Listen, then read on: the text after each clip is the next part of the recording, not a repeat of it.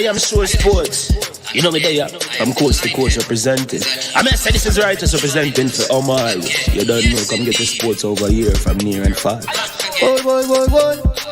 Me say I am sure sports, one thing me sure about. When me say sure, that me not doubt. Come get your sports, get it over here. Come subscribe, repost and share. I am sure sports, one thing me sure about. When me say sure, that me not doubt. Come get your sports, get it over here. Come subscribe, repost and share. If me not sure, that me not say it. Know who score, that me not say it. Never know the game play, that me not say it. If me never seen a game, me no know who play. For your sports news, better come over here so. For your soccer news, then come over here so. If you don't love sports, still come over here so. For the day done, you are gonna love over your son.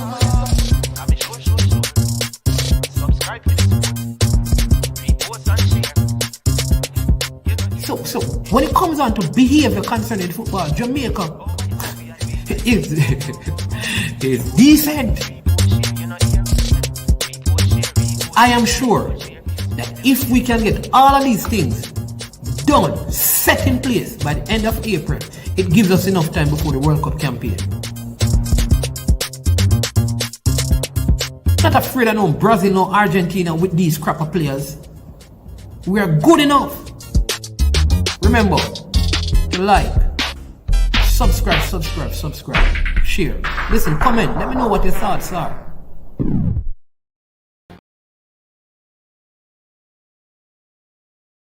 Trick Jerk Marinade gives your meats and vegetables authentic Jamaican jerk flavor. The spices are directly from Jamaica. Spices like jerk seasoning, allspice, Scotch bonnet pepper, fresh scallions, thyme, ginger, and garlic. The key ingredients to a great jerk marinade. 0% sugar and low in sodium. You want to try it? Made up of 18 Jamaican herbs and spices. Add delicious, bold flavor to your next grilling experience. Flavoring sauce, a marinade, basting, condiment, or topping. Trick Nick Jerk Barbecue Sauce.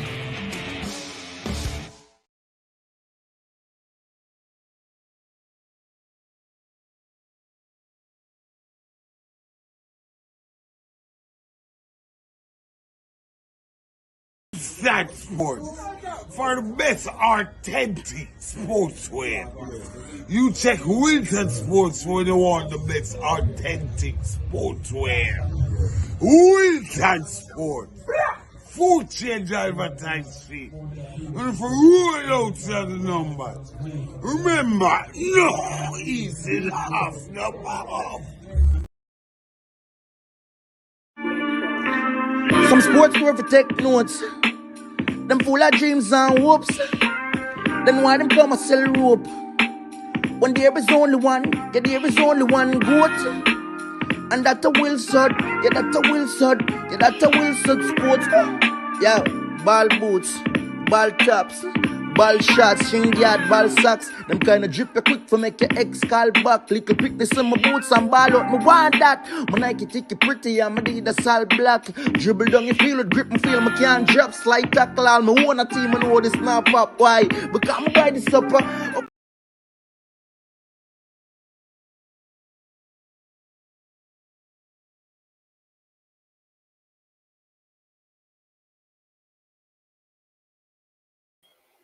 All right. Good evening. This is the big one. Yes, indeed. Oh, my Lord, I am so looking forward to tonight. Yes, the battle of the century. Yeah, it shall be. Yes. Welcome to I Am Sure Sports. I'm keeping the contestant in the workout room before I even bring them out. But tonight is a very special night, right? In just good sportsmanship, we're going to do a little discussion debate, right? Between the man who goes by the name Kranky, and we call him the Speaky Spokey calm one, right? That reference was made to him some time ago. So for the purpose of this debate, we'll say the Speaky Spokey calm Kranky versus Tegat, the loud, the decibel level breaker, the one who shakes the decibel level meter when he speaks, and he's in his studio tonight. So this won't be an easy one. So both of them here tonight will be going at it. And so, as usual, we have a little, we're going to free flow a little bit. But what I want them to do first, we will give them as much time as they need for their opening remarks, right? Uninterrupted. And then after one person gives his and the other person gives his, they should be taking notes, right? And they'll get an opportunity to ask each other questions based on each other presentation, where persons can answer.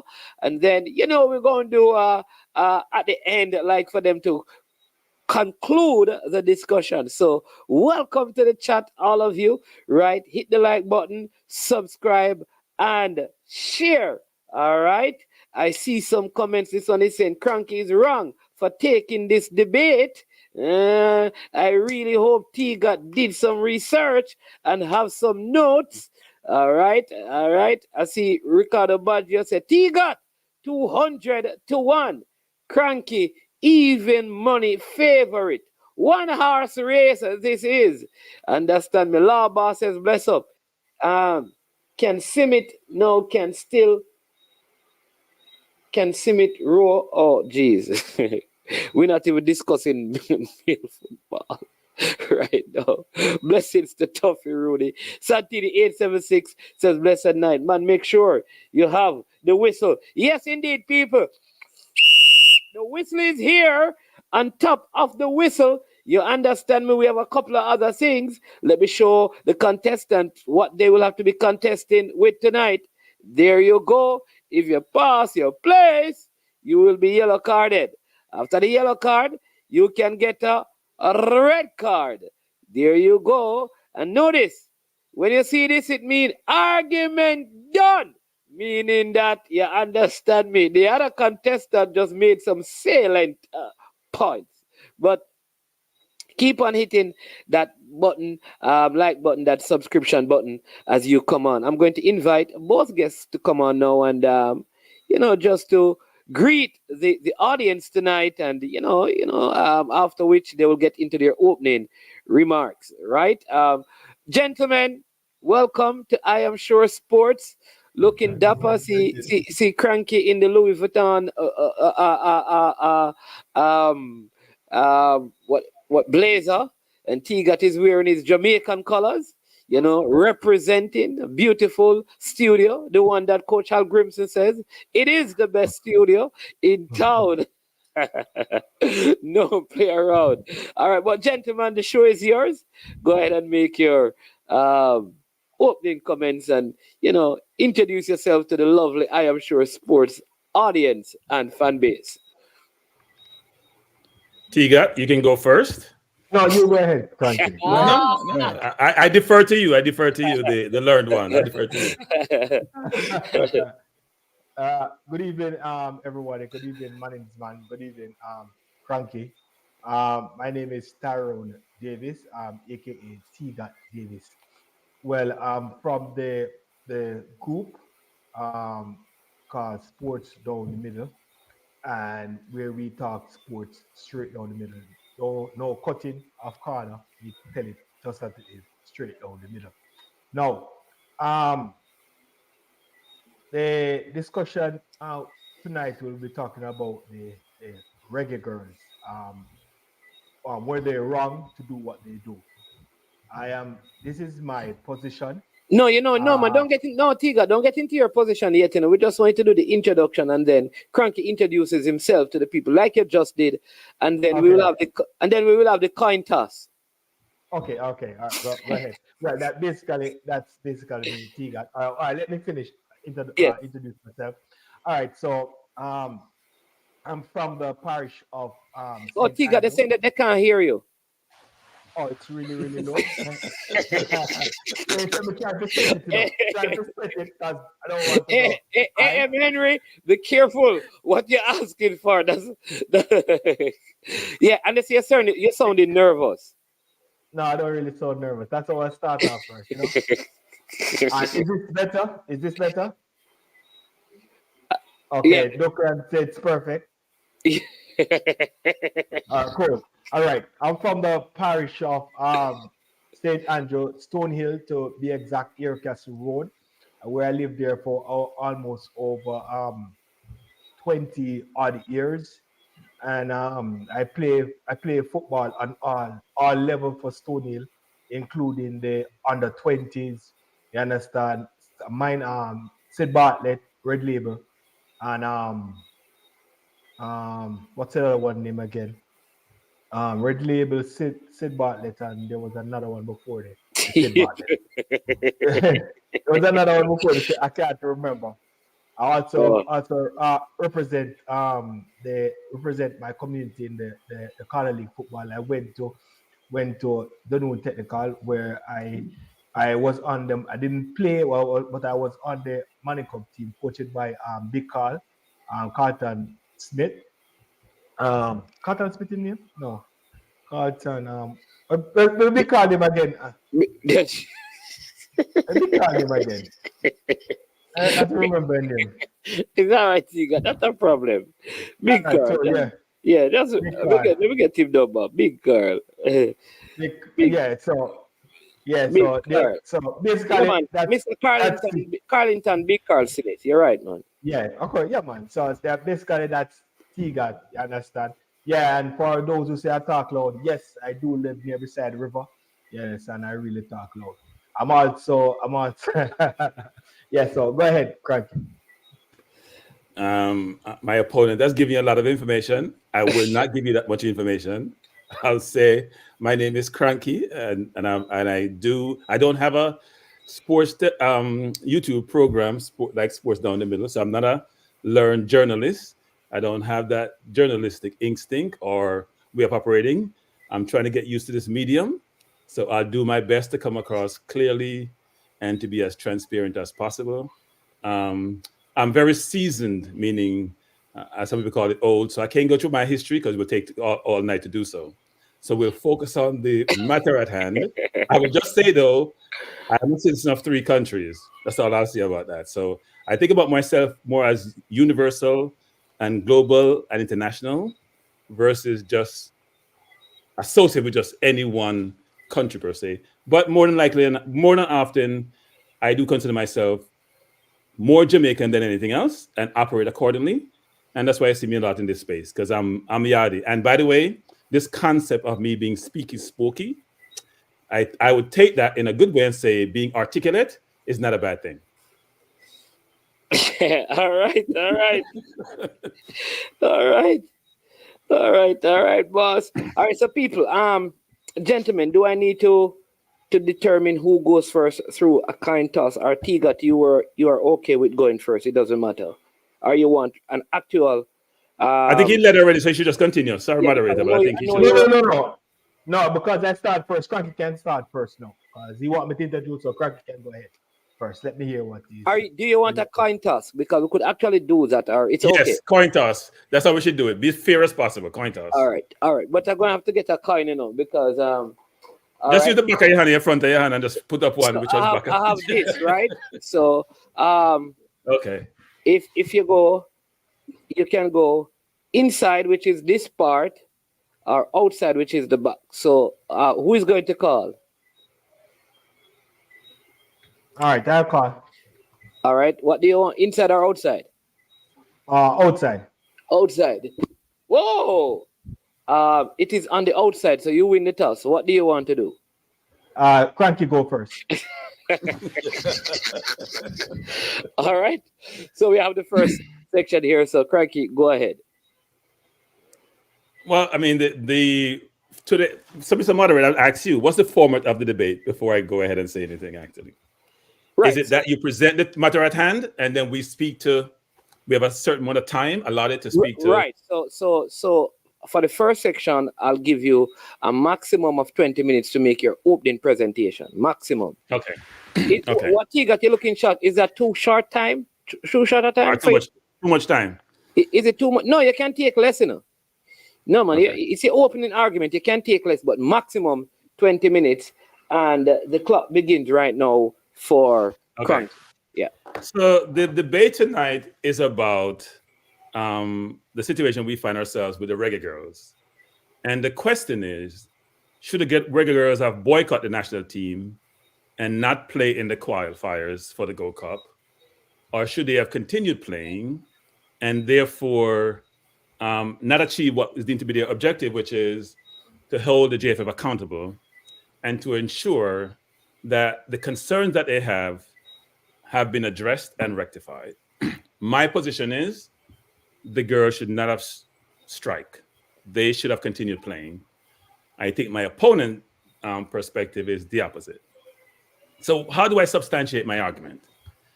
I would say this, that when you make decision to do what I call the nuclear option, and before I start, I would say this before I start, commenters, please do me a favor. I can gauge from the perspective we had earlier in various forums, that we have sides we reside in. Some are on the JFF side, some are on the girls' side. I would have one ask of you is try to be objective, listen to the points made by both the debaters, and then make an informed decision. Don't just focus on who I think is right and wrong. That's all I ask you. So I'll stop there and go back to my soliloquy. So I'll say this, which is when you make a decision to exercise what I call the nuclear option, which is not playing, in any time in life you make a decision, there's risk reward. What risk am I taking? What reward am I gaining? What's the benefit I'm gaining? If you have a net benefit, if you think about all the possibilities and the risk you assume and the benefits you're gaining, if the benefits outweigh the risk, and it's by quite a bit amount, then you probably should do it the one that achieves those benefits you're looking for, right? Even though you have some risk involved. If you're going to come out in a net deficit situation, meaning you're basically losing, you have to revisit that decision. It is my perspective that the girls' decision to not play in the qualification for the Gold Cup was a lose-lose situation between them and the JFF. And I think they had more to lose than the JFF. So what was the concerns expressed? And how do we arrive here? To me, there are 4 contentious points, and maybe 5, even though 1 is not talked about. So the 4 were this. Were the girls compensated and paid all the money for the World Cup? The girls' question as to who was going to be the new coach after Donaldson's contract was not renewed. Thirdly, who was going to be the support staff and travel arrangements? And also ancillary to that was about infrastructure. Now, if we take each of those points and dissect them, and we'll get to the ultimate decision about why they should have not boycotted the World Cup qualifiers, it's our understanding, and we don't have any factual evidence to substantiate that, but we can look through the arguments being made and see whether or not the situation is, and we come at the sides we want to, which is the JFF says all the girls have been paid. One of the leaders of the girls says some girls have not been paid. However, both ladies who were on Sportsmax did not say they were not being paid. As far as we know, there has been no communication to the JFF as to which girls have not been paid. So if you haven't been, money's been paid since October. So if you haven't been paid since October and September, you would think that the girls would have gone back to get their funding. Secondly, the concept about the coach, they want to know who the coach is. Well, I think that's a fair question to ask, but players don't decide who their coach is, administration do. Third, they want to know who the masseurs are, who the support staff are. That's also the prerogative of the administration. And yes, they have a right to know, but they're not mandated to know. And last but not least, my understanding is the travel arrangements are contractual and the JFF is adhering to such contractual situation. So let's pivot to why do I believe the girls made a bad decision? So the girls not playing, the JFF replaced them with what we call replacement players. Good players, but replacement players. Those players did not qualify for the Gold Cup. But the JFF seemed to be very happy that if the girls, and I think if they had qualified, the JFF would have thought they're in a good position and they would now be in a better position to engage with the girls and make some decisions which may be detrimental to the girls. They didn't qualify. So Jamaica didn't qualify for the Gold Cup. Fans lost, girls lost, JFF lost some money, but they retained some dignity because the girls performed well. The girls not playing, what did they lose? The women's soccer league that's now in play, and you see Lon Donaldson just assumed the role of the coach for a Chicago team in this new league or this enhanced league. We would have had players in that team who would have had a chance to show their skills at the Gold Cup. And by the way, people, this is the inaugural Gold Cup for women.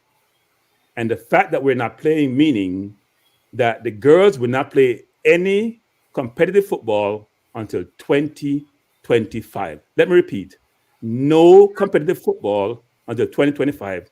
That's coming off a World Cup, which they did extraordinary deeds, well respected by the globe, enhanced the brand for the country, did phenomenally well. So some players like the Spences and the Bunny Shaw, they'll continue with their careers because they're playing at the highest league in one of the higher leagues in the world. They're making good money. They will not be affected. But think if you're in the middle of the road player or at the low end of the 23, and you have a chance to play in the new Gold Cup, and you will not play, that affects you significantly. Think about the brand for the women's game. Think about the perspective of the young girls coming up to see them in America for the first time, because this is the inaugural Gold Cup. So why wouldn't you want to play? Think about the financial compensation that they've missed out. All the JFF may have missed is financial compensation and the brand. The girls are missing out on their own personal brand and the possible commercial deals they would have made, the possible compensation from the Gold Cup, the possibility of getting to be on a team, because my understanding is they're going to be a lot of scouts at the game.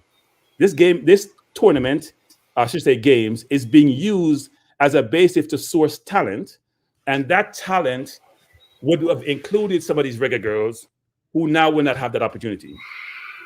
And also, not only those girls, but other girls who may be on the fringes of probably making the team now with the opportunity. So I think it set the girls back. Why do I think they should have played? First of all, we really hear from the girls. Until they came on, until we heard Bunny Shaw. We heard Bunny Shaw said after the World Cup, we qualified for the last 16 or quarterfinals, that they got to Australia by GoFundMe. We subsequently heard from the JFF that the whole qualification required $4 million of resources coming from corporate sponsors, FIFA, government. So they had money from a lot of different sources other than GoFundMe. So we understand the girl's perspective, right? That is clear. But that may not have been totally accurate. We also heard Bunny Shaw say some girls were not being paid. She has yet to produce evidence to support that perspective. Now, from where I sit, the girls would have had a platform to continue to express their dissension, their perspective, their concerns if they continue to play, because if they come for each of those windows, and each of those windows, they would have said things are not right with us and put pressure on the JFF. Silence in this case doesn't mean golden, because they don't have that platform to utilize to continue to express their contention of what was transpiring with them and the JFF. So they've lost that window. They have lost the view of having the public and the media and the fans being able to hear their concern and articulate their concern by not playing. They have lost the opportunity to generate income by not playing. They have lost the opportunity to join a team and be scouted and increase their earnings by not playing. They have lost commercial deals by not playing. So by not playing is what they have lost. By not playing. By playing, they would have gained all those things. And what are they gaining now? All we're gaining is a debate between them and the JFF. We have made no progress, as far as we're concerned, because we haven't seen outcome. They say they've made progress. We haven't seen the progress. And secondly, they will not play any football competitively in 2024, which means some of those girls who boycotted this will not be part of the team going forward. Because you heard Dennis Chung said, they see some talent in the replacement players, and we can know what that means. They probably bring them to the team. So, if you ever read Stephen Covey's book on 7 Habits of Highly Effective People, one of it talks about is win-win, which is consider your competition, consider persons, consider your negotiations, and the concept is always try to make sure both parties are walking away feeling good about themselves. You're concerned about the other person's benefit, and you're helping that. He also has another point that he makes, which is a more around, you should seek to understand before you're being understood. Seek to understand others before you want people to understand you, which mainly means you should listen with empathy. You should try to make sure when you're understanding these things that you're treating people fairly and that you have consideration of others people's view, which is missing from this whole equation between the JFF and the girls. So us as fans, we can fix that.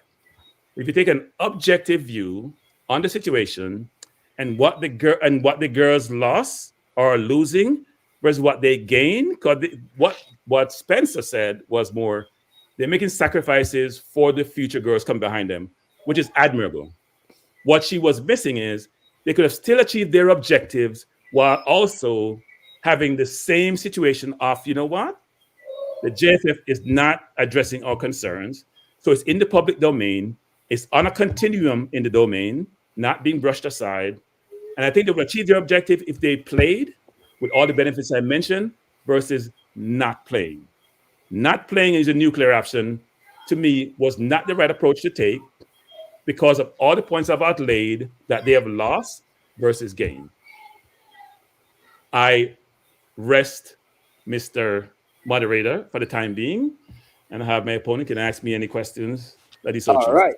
So Tegat, you have two options. One is there anything that you'd like clarity on before you begin your presentation? If so, you can ask two questions based on what Kranky presented. He has 2 minutes to respond to each of those questions, and then you go ahead with your presentation. No, I'll just go ahead with my presentation, and then I can just ask some questions afterwards. Okay, go ahead. Because I don't want to lose my train of thoughts.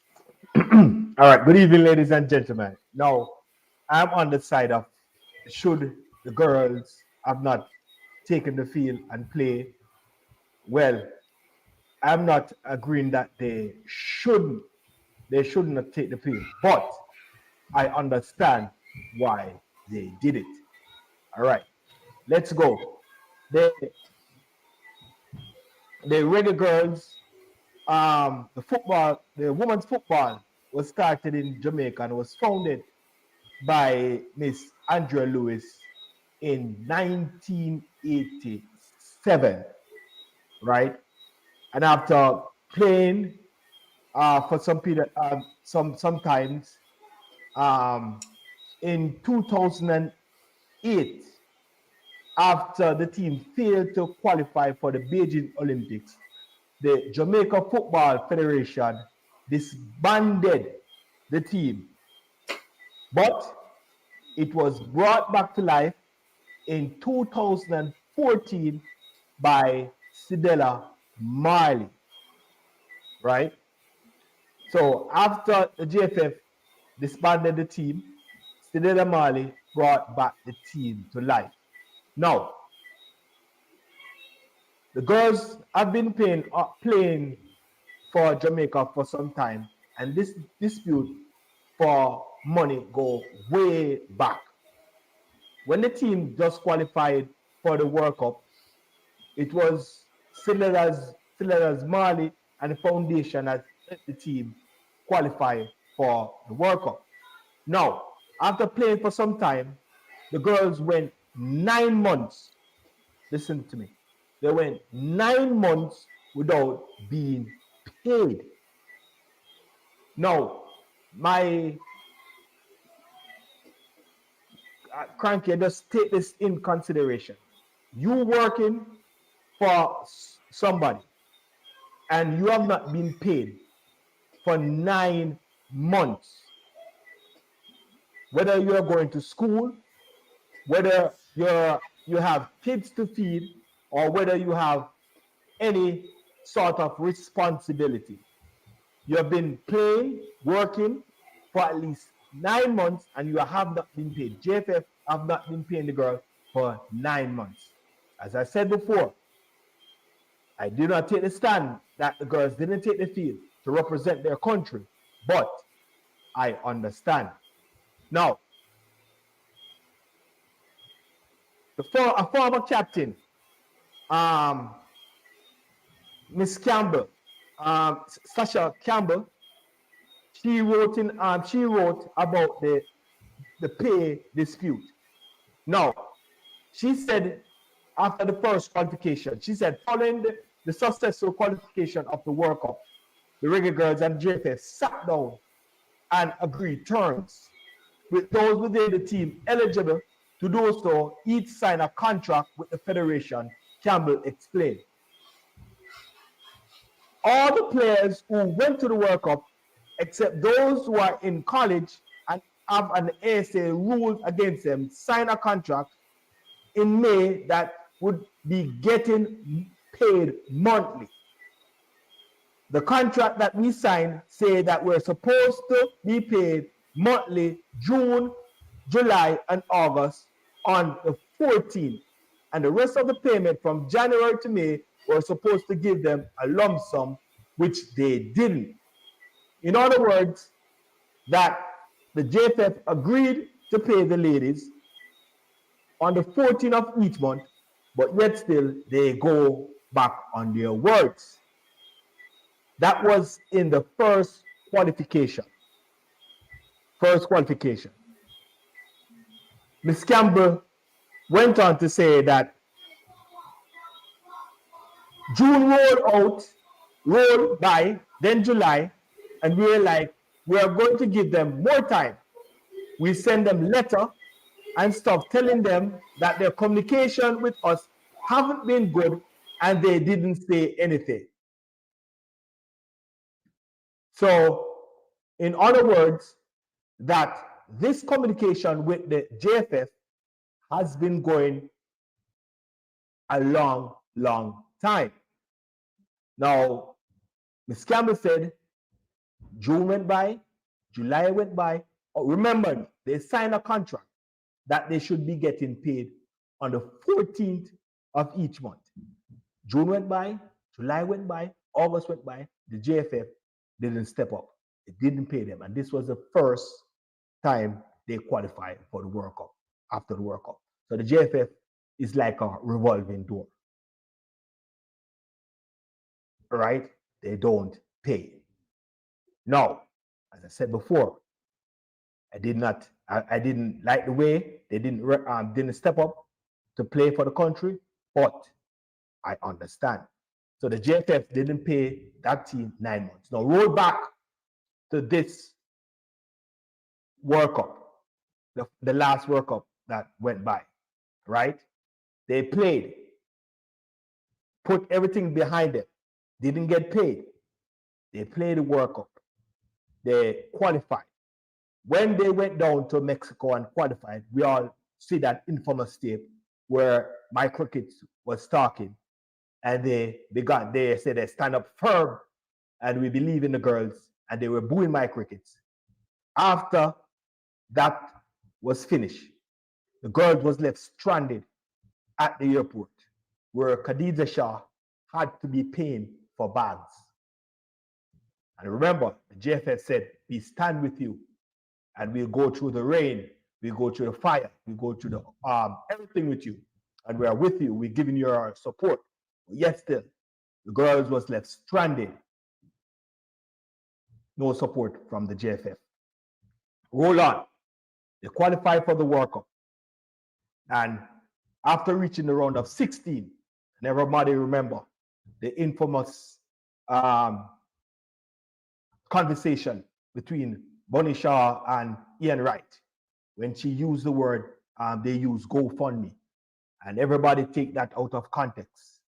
Now, if you're a smart man and you're thinking, you would be thinking to yourself, how much GoFundMe they could get to qualify for the World Cup. But it wasn't that she meant. Although she said we use GoFundMe, they had to use GoFundMe, not in that context. But GoFundMe was a part of them to help them to get through the World Cup, because certain things they need, and they wouldn't get it in time from the JFF. So they had a backup plan. In all ways of life, whenever you're doing things, always have a backup. And their backup plan, because of dealing with the JFF and what they have been through with the JFF, they had a backup plan. And their backup plan was a GoFundMe so they could get expense to buy whatever. instead of going to the JFF. So that was the GoFundMe. Now, still fast forward. Now, Kranky talk about the infamous letter, and which I have. So, with the infamous letter that the that the girls asked, I will not paraphrase as what my opponent did, but I will actually read what the letter said. The letter said, it is with great disappointment that we share the 2023 World Cup roster with not participating in the upcoming October international window of the first ever Women's World Cup. While this has been one of the hardest decisions we had to make, we feel it's necessary to take such drastic stand to put an end of the constant mistreatment we receive from the Jamaica Football Federation. As always, it's an honor and privilege to represent Jamaica. It is our job to perform to the best of our ability and to put all our effort into representing our country and make our fans, loved ones, and home and diaspora proud. Due to the current circumstance the Jamaica Football Federation has put us in, we are not able to do our job. We have received information about, now this is what they're getting into, the meat of the matter. We have received information about our coaching staff, medical staff, equipment staff in an untimely manner and through an unprofessional communication. We have gotten a confirmation of our head coach 3 days prior to our report date through social media.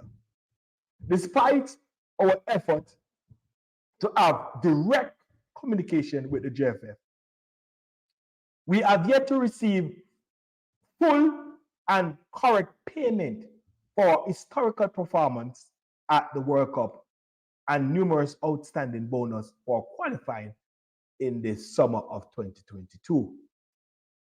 We have dealt with this lack of communication, poor organization, poor management, and delay of payment from the JFF time and time again. Remember, I said for the first qualification, the girls went without money 9 months. Not respecting the standard, they didn't put on the color to represent the country. But guess what? I understand. Now, for these reasons, we have taken our stand in solidarity with hope to end the cycle of mistreatment. Now, I need you all to put yourself in their shoes. All right? Just put yourself in their shoes. Forget about the nationality and representing the country, but put yourself in your shoes. You're working for a company and you're giving your all. And you did your best.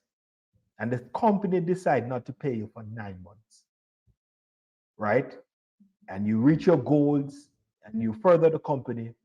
Remember in the first place that the company, the JFF, disbanded this woman program. They didn't have nothing to, they washed their hands from the program. Somebody else take up the program and decide to go with the program.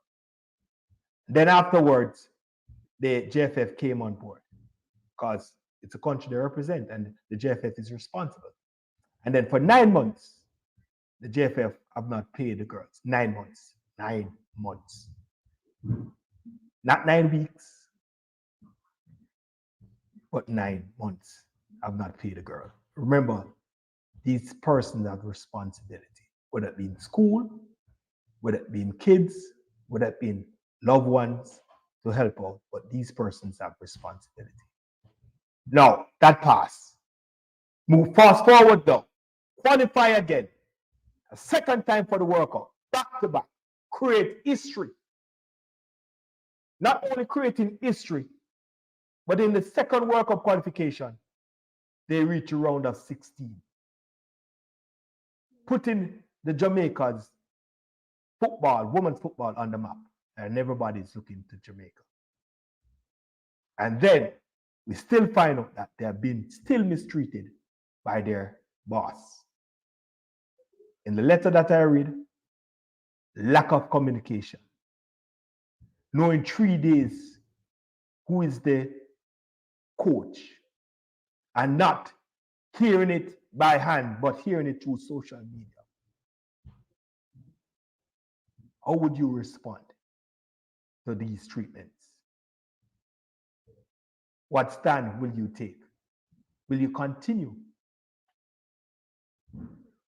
I leave it up to you. But remember, just put yourself in their shoes. Now over to you, Mr. Management. All right. So, Kranky, do you have any questions for Tegat based on his presentation? Anything you want to challenge him on? Question him on? Yes, I have questions and I have challenges. So let me first say this. We all know that the girls weren't paid for 9 months. And we all know, if you've been following the football, that JFF is in significant debt and have significant financial challenges. We all know, because we have seen it with the men's team, that they also a lot of time have not been paid, whether it's per diem, match fees. Obviously, they're in a better financial situation to absorb those losses. But we all know it's more of their financial situation at JFF than, say, not paying the girls because I have the money and don't want to pay them. That's the first thing. Secondly, this whole notion that Bunny Shaw misspoke, you, myself, the 140 plus people in the chat, heard the ENY conversation, watch CNN, watch BBC, watch NBC, watch ABC. There was no ambiguity in their interpretation. Their view was the girls go for me, get into the World Cup. Third, this notion that the girls not being paid affected their performance. They went to the World Cup and did better than they ever did. Maybe if they don't get paid, maybe it's a good thing. If I was to take the opposite view, they didn't get paid and look how well they did. They exceeded all expectation when they haven't got paid. So this notion about the performance being affected by not getting paid is a fallacy, because they didn't get paid and they exceeded all expectation. Fourthly, the JFF is a quasi-private organization. We cannot, I repeat, get rid of them. We now have elections coming up, and it's the right and the left hand competing. There is no outsider who we think have the competence that is pursuing those positions of the JFF president and the different positions in the organization. It is a vice president been there for 18 years pursuing the position, and he added a few more people to it. So we have no control as the general public or the girls about who sit in those seats. So we have to be clear on this, clairvoyant on this. The persons there will not change. Here are questions for you, Tegat. The girls, when they were playing, forced the JFF to change their coach and got the coach they wanted when they were playing, when they threatened to boycott. Now repeat, not boycotted, threatened to boycott, but they were still playing, trying to qualify for the World Cup. They boycotted, and I've explained the losses they were going to incur because of this. That didn't change. Damian Lowe said last night, and hopefully most of you are watching this, that, and he inferred that they still have challenges, but he said nothing is going to change them from the path. They know what the goal is. The goal was Nations League and try to win that. The goal is Copa America. The men's team have achieved their goal. And when the men's team did boycott, they boycotted a friendly game, which meant nothing. And they made sure they publicized in their negotiation with the JFF some of the things that were happening, so they get public sympathy and empathy on their side. So their strategy was different. I boycotted a game that didn't matter. I got my voice out in the public domain, and I pursued the JFF to change situation. It got ameliorated, got better in some case, didn't fully get rectified, but it got better. So think about it. The girls decided not to boycott. Here's my last question for you, Tegat. Answer this one.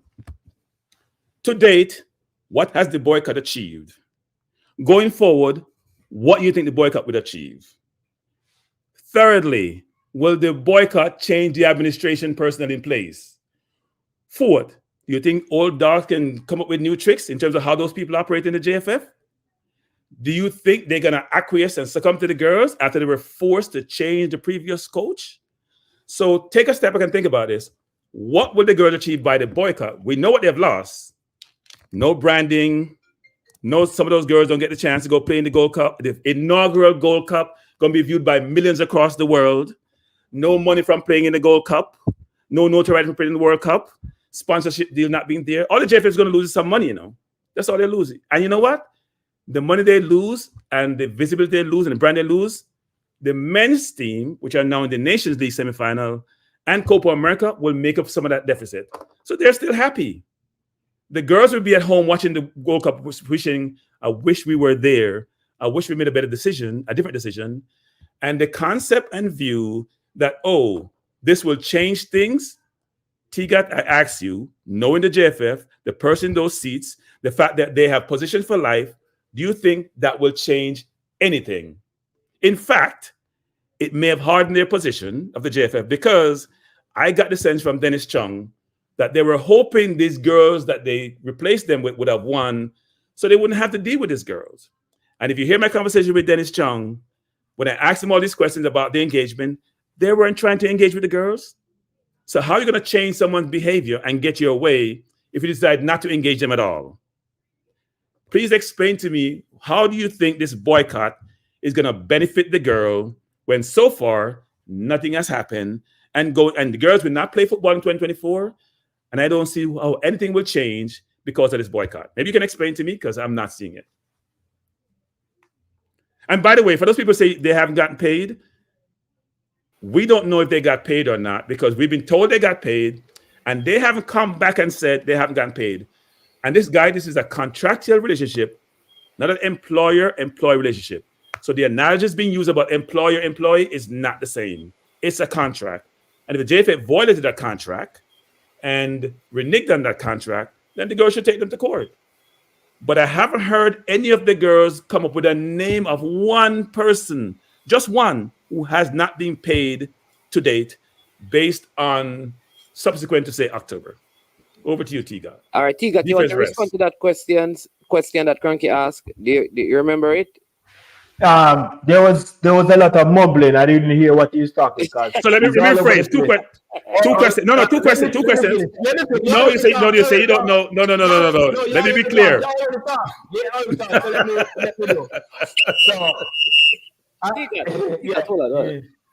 Mr. Moderator, you say you don't understand the question. Can I ask you two questions?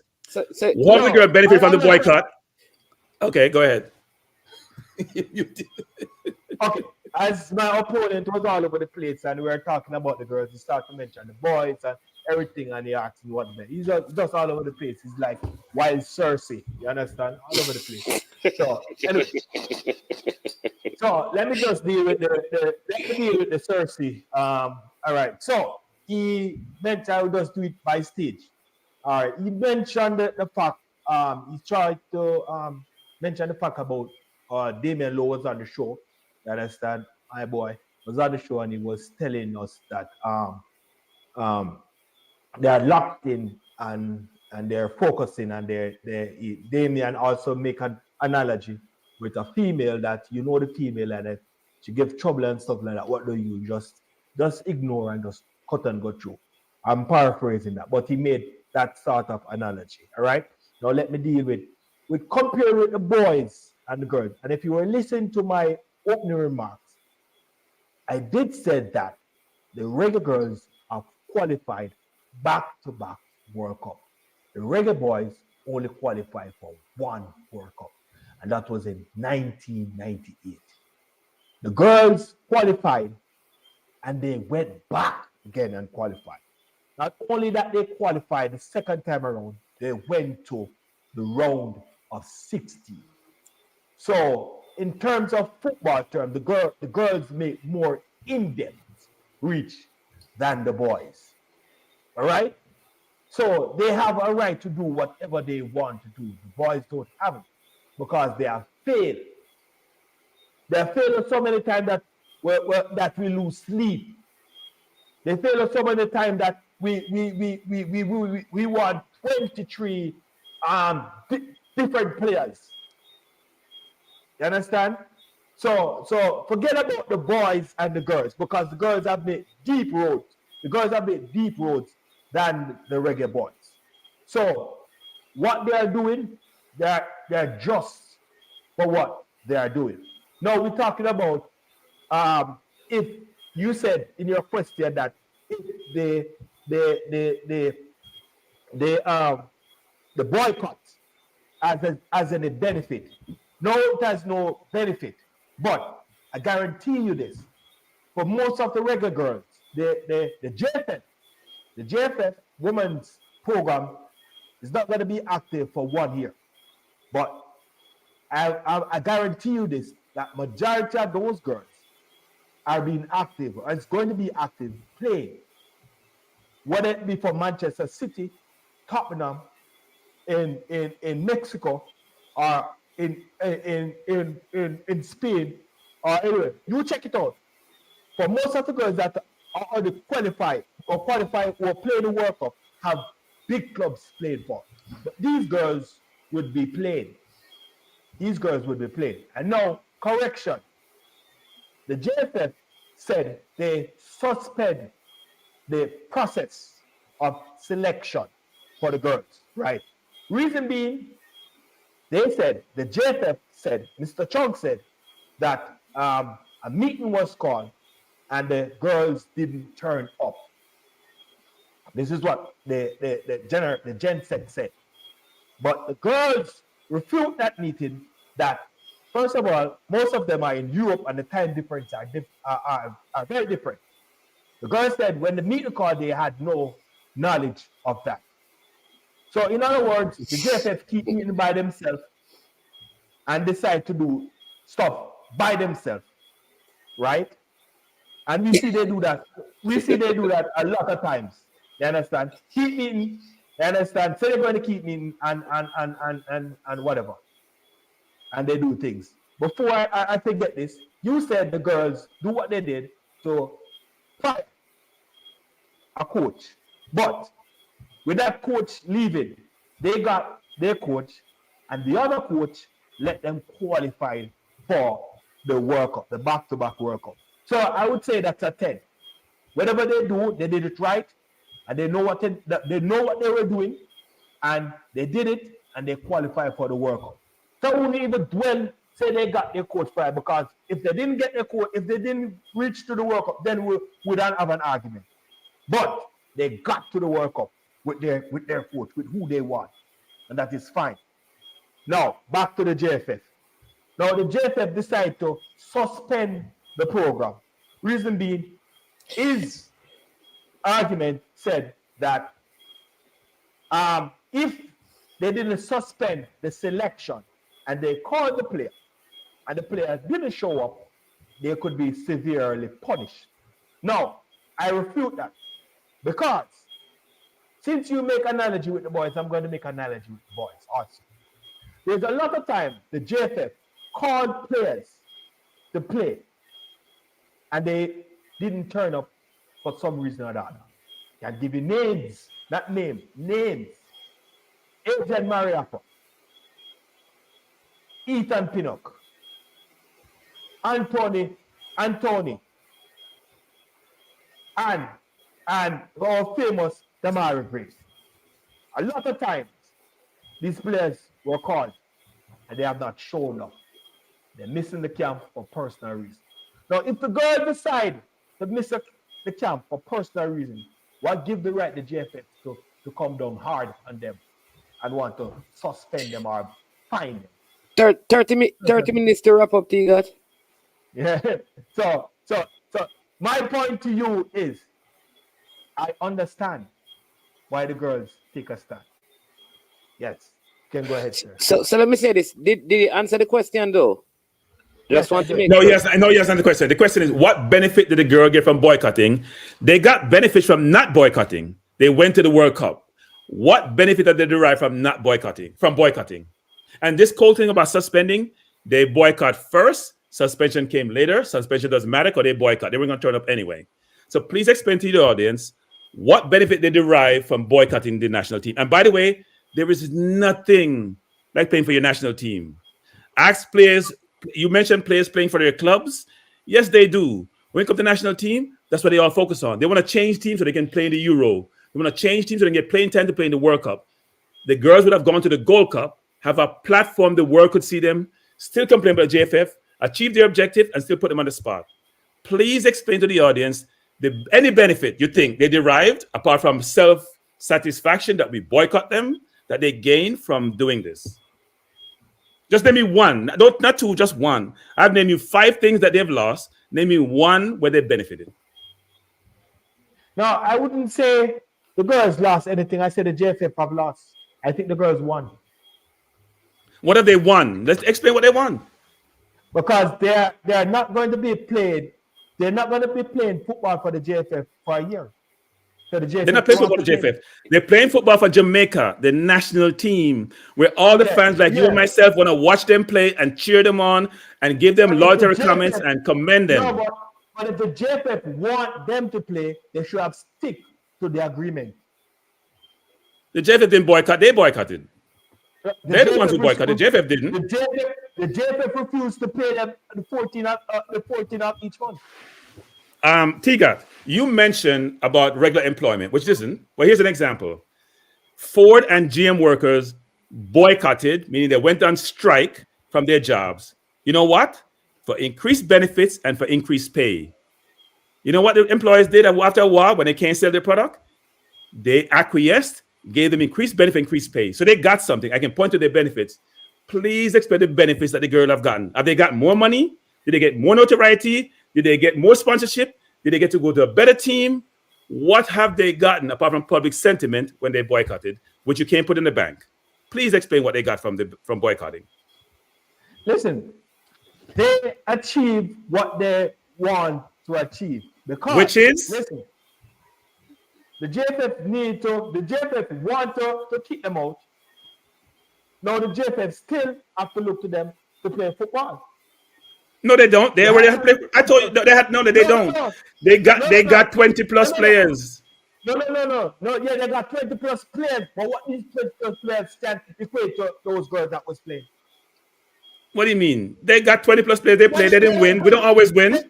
The 20 plus players they have that just participate have not win a match. They almost qualified. By the way, they almost qualified.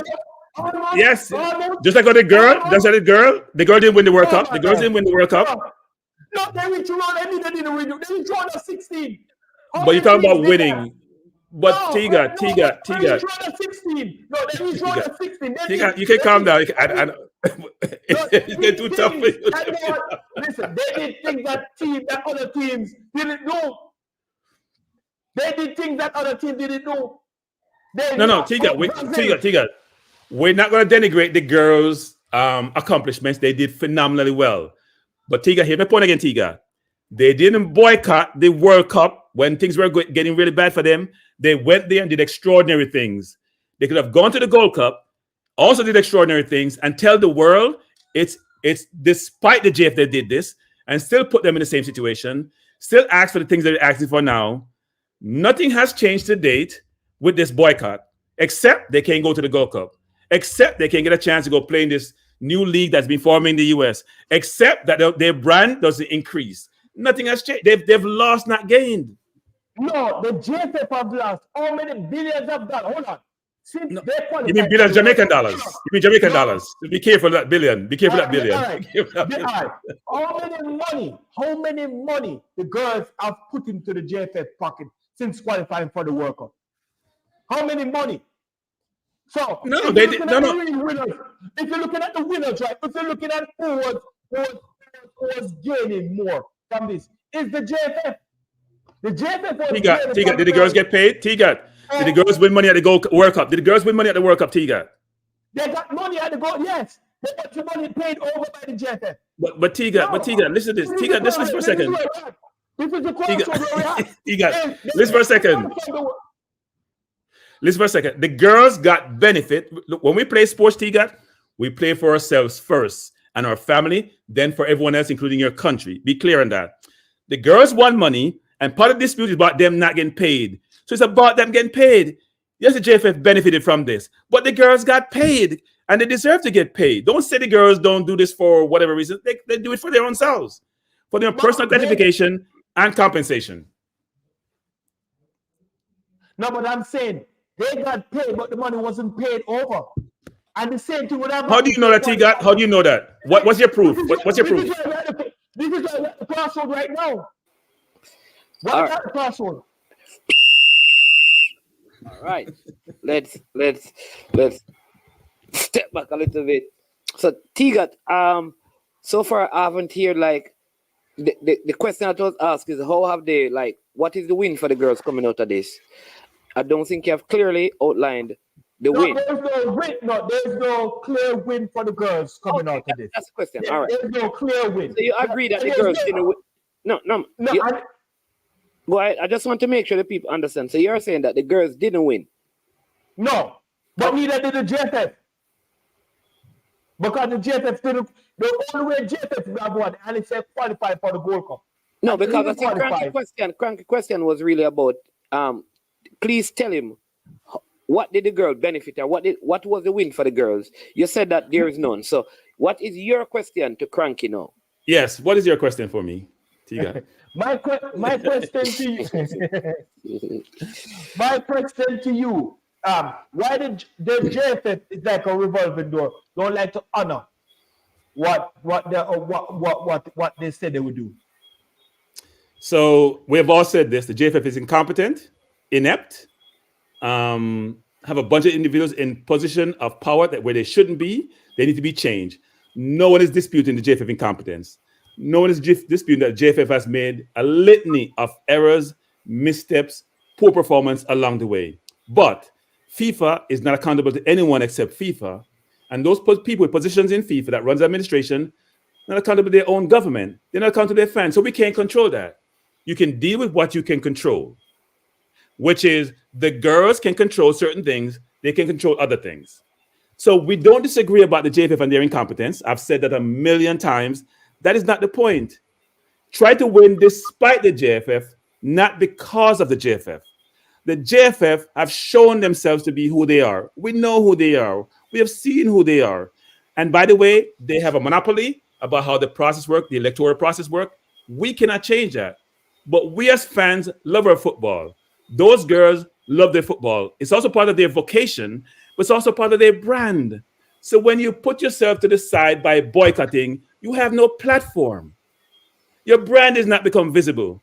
You're losing money. You're losing opportunities. So how can we boycott when we lose all these things? And you can't point to one thing yet that they have gained, which is if I boycott, like I give the example with Ford and GM, I should derive something from my boycott. I can't lose when I boycott. That makes no sense. How can I lose when I boycott? Kranky, you're not going to know the benefit of the boycott until the thing is over. You're asking for the benefit now, or where they're still in the middle of the boycott. They're still in the middle of the project the benefit. Project the benefit. No, you have to wait until this is finished. Then we know who clearly won.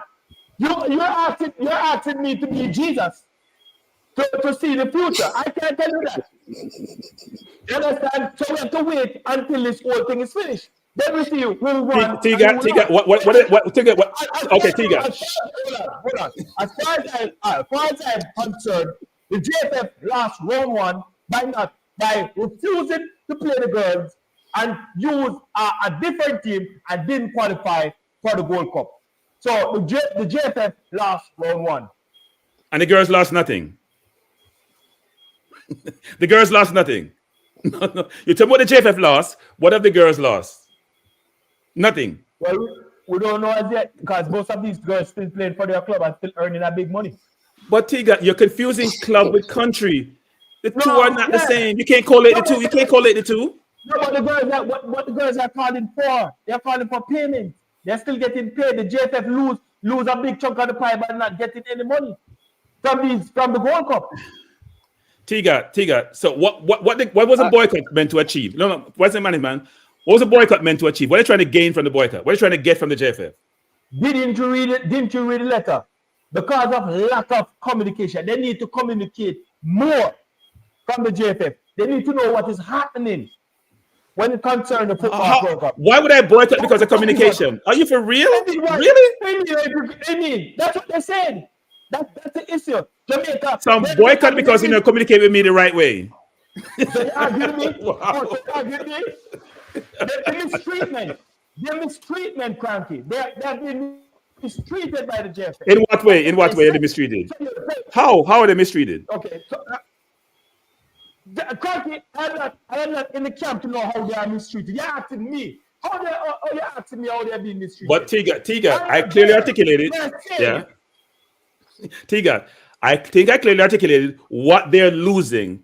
You still haven't told me how they benefit. And Tegat, in any negotiation, in any boycott, people have clear demands of what they want and why they're boycotting.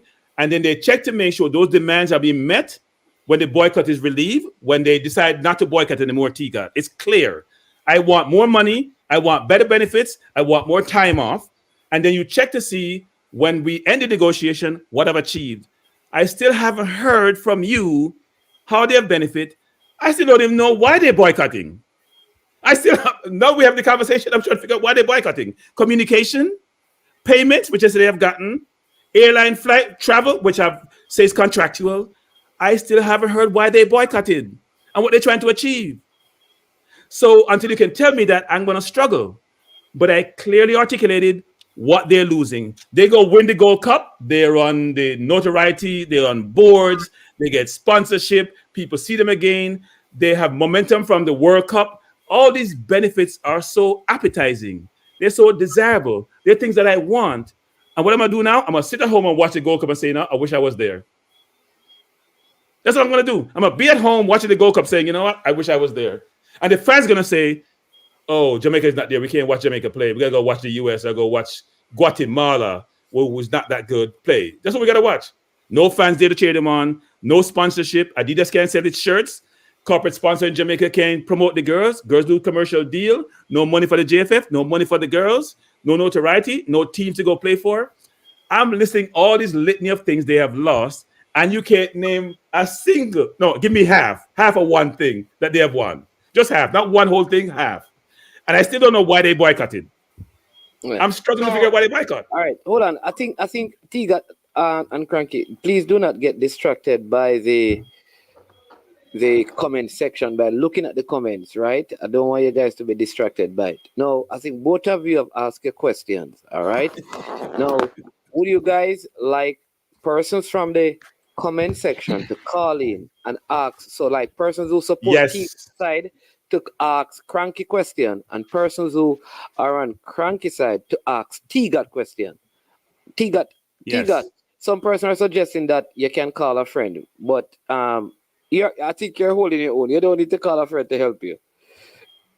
You're muted. No, I'm good. You understand? Kranky's all over the place. It's like a it's my last point. It's my last point. You know, baddest is He's my last point. People, some of those girls who were in the fringe.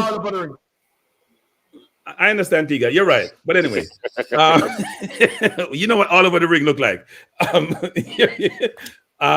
Some of these girls, frankly, may never play for the national team again who are boycotted. Now, the Bunny Shaws and the Spencer, great players. They're always going to be in the team. Some of those girls who boycotted may never see this team ever again. So they sacrificed for a cause which we cannot articulate, and they've sacrificed their national team career because of a cause they can't articulate. I'm confused. Yeah. I'm confused. We have a call online. Caller, welcome to the show. Good night. Oh, hold on, caller. Hold on. We're having some problems with the caller here. Hold on. Let's see. Caller. We're not hearing the caller. Let me see if we can get this right.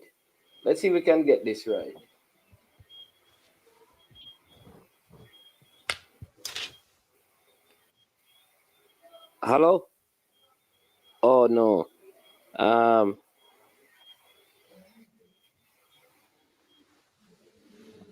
right. Caller, I am going to call you back. Let me just set this audio thing and then I call you back. That is it now. Okay. Hold on. But let me just call back this caller. Um let me call back this caller and then we get to smart choice. Let's call back this one first. Dear caller. Hello? Yes, good evening. Yeah, You hear me? yeah, man. Good evening. So, first, which side of the argument are you on, and who you have questions for? Well, I could say that I'm the 50-50 guy from the Champions League draw, so I could. I will go with this time. I will not be 50-50. Yes. And I'll go with Tegat. Right? And I'll pronounce his name properly. So you're on Tegat's side because you believe he made the better points, or that is just the side of the argument you're on? Not on the better points, but from a moral point of view and from a fair enough point of view, I'm going with him and my own opinion on the situation and the regular. Okay.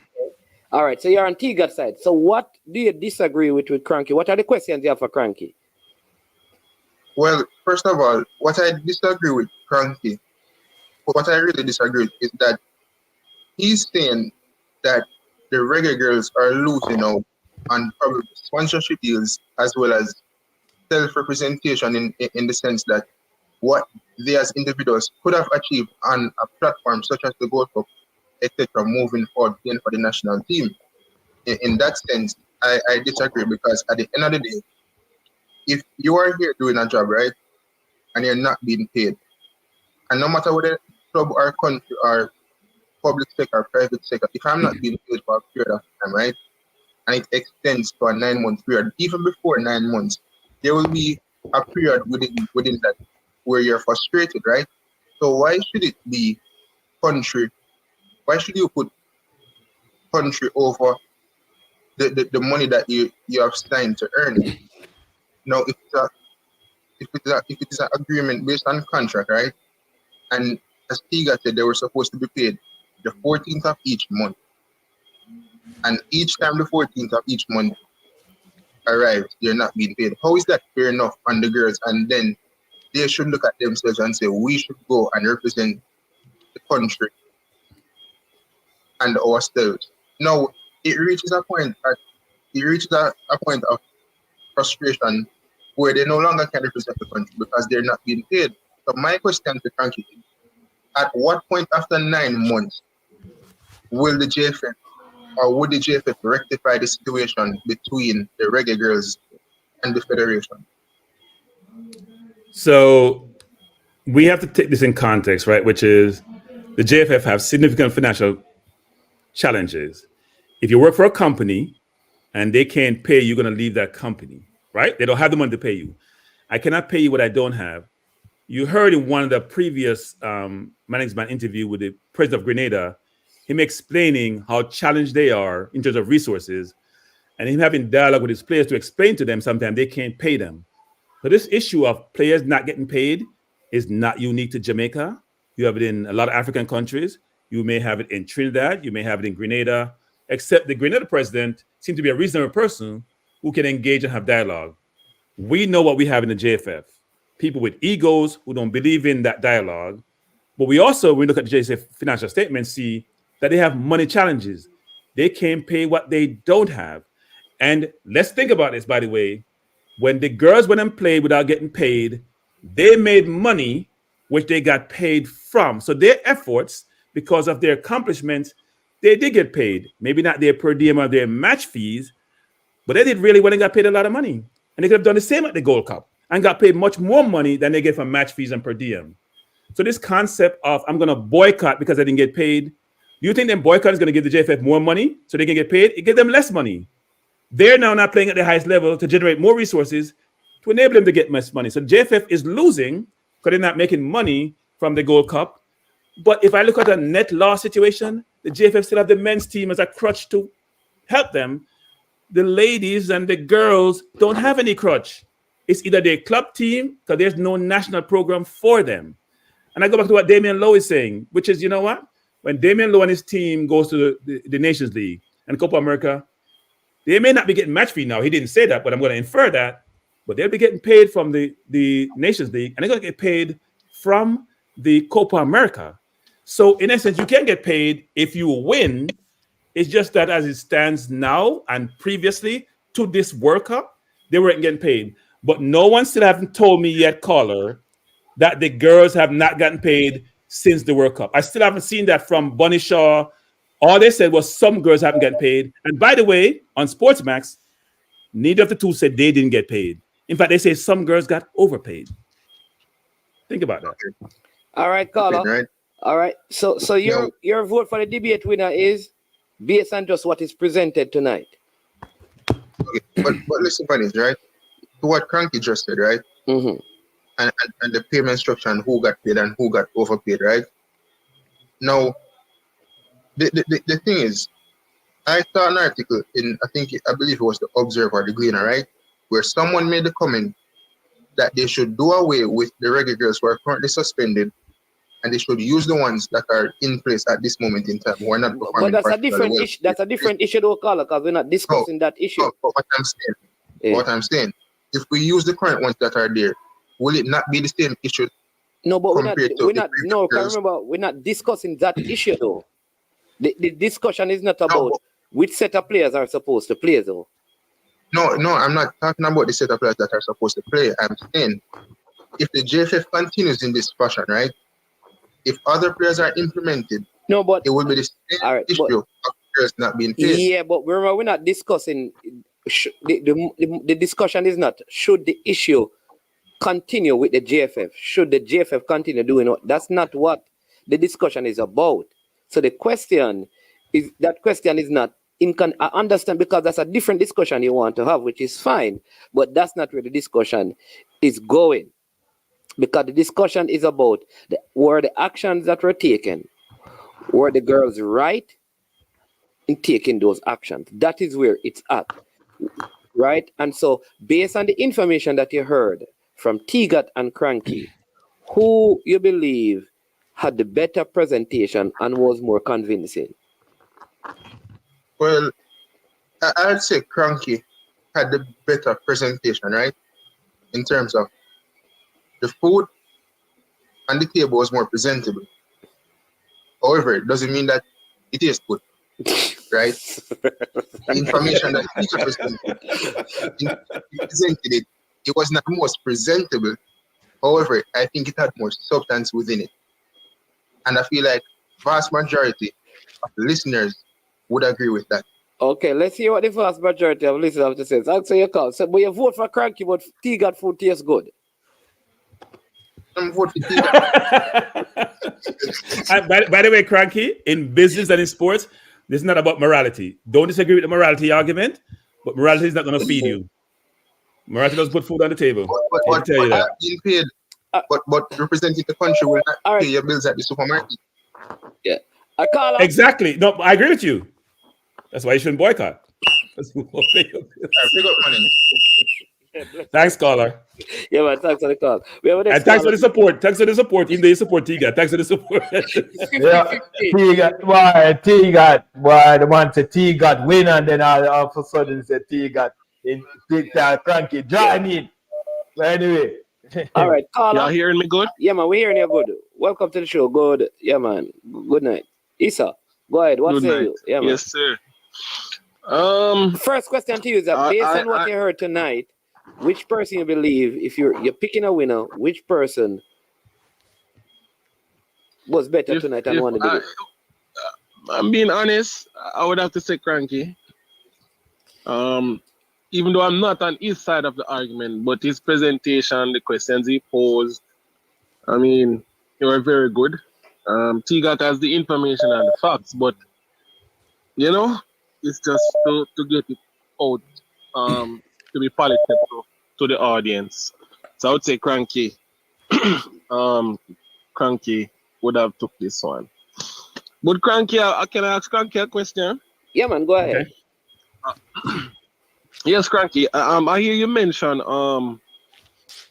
the Damian Lowe last night, saying that the guys are focused on on the task that they have at hand. But there was a point within their camp that they did also boycott a game, and it came at a time when you said that nothing much was on the line. But if they had boycotted that game, there were a lot of implications that could have hit the JFF, suspension, etc., etc.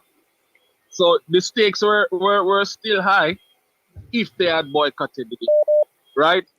So now Yes. they have reached to the point where they are focused because they have already dealt with the situation that way, so they are not going that direction at this moment.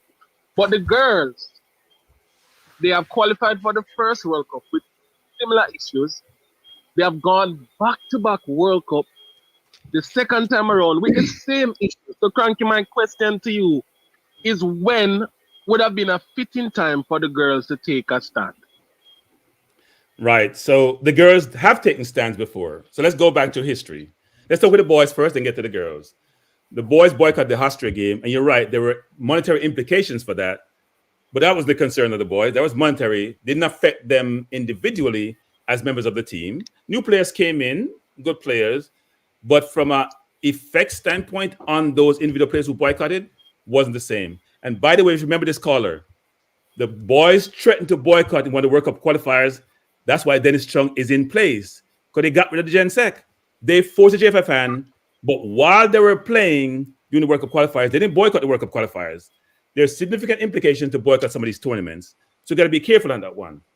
With the girls, they threatened during the World Cup qualification when they were concerned about the coach and how the coach was managing the team and some of the things that were happening. They still played the World Cup qualifiers, but they threatened during that period, and that's why a new coach that they wanted came into play, right? So they didn't strike then. They were targeted and thoughtful in when they made their demands. It's in the middle of the qualifier. The JFF wouldn't have time to get replacement players, right? That's good. That's really a good way to boycott, because you know what? I'll put you on the spot, but you have to make a decision in my favor because you have no alternative. In this situation, they gave the JFF alternative to go get replacement players. Yeah, I think the caller actually, Issa Allen, he hung up and he was he was listening, I suspect. But we have a next call online, and the poll is there asking who won the debate, and I think there's a next poll question that we're going to ask afterwards. But we have some more choice. Welcome. Yes. Yes, morning, Zagwa, man. Good night, Kranky, and good night, Tegat. Good night. Bless up, bless up, bless up. Yeah. Based on the presentation tonight, who do you say, won the debate?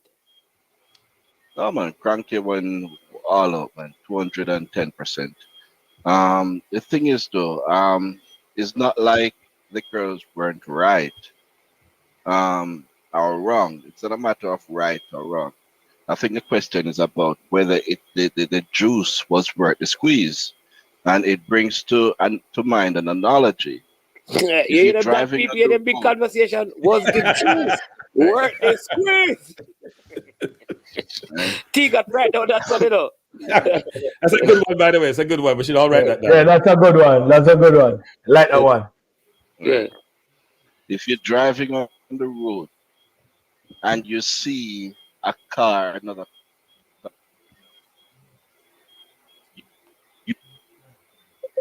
losing the caller. Yeah. In my crack up out of service reconnection. You are on your right. Hello. Yeah, we're losing you a little bit, so go again. You hearing me? Hearing you now. I'm saying it brings to mind the knowledge,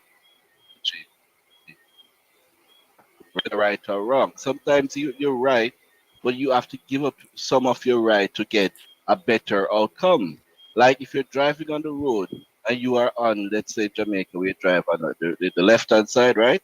And you see a car coming head-on to you, and you can swerve to avoid that collision. You don't just say, boy, I am right and I'm sticking to my side of the road. At the end of the day, you don't benefit, and the person who collide with you won't benefit. And that's what I've been saying all along. Yes, the girls are right to demand what they wanted. Yes, they deserve everything. But at the end of the day, It doesn't benefit the country. What the stance that they took, it didn't benefit the country, nor did it benefit them. Yeah, You well, understand me? what Everything. What Tegat is saying is that 10 years down the road, we possibly could see benefits by this action. That's what he's saying. He's saying that because it is not done yet, you don't know if 2026 you could see because of this action taken today, it caused some changes that we may not be. And what Yeah, he did say that. changes that we, right, not a problem, but the changes that we may see, and Cranky addressed that point.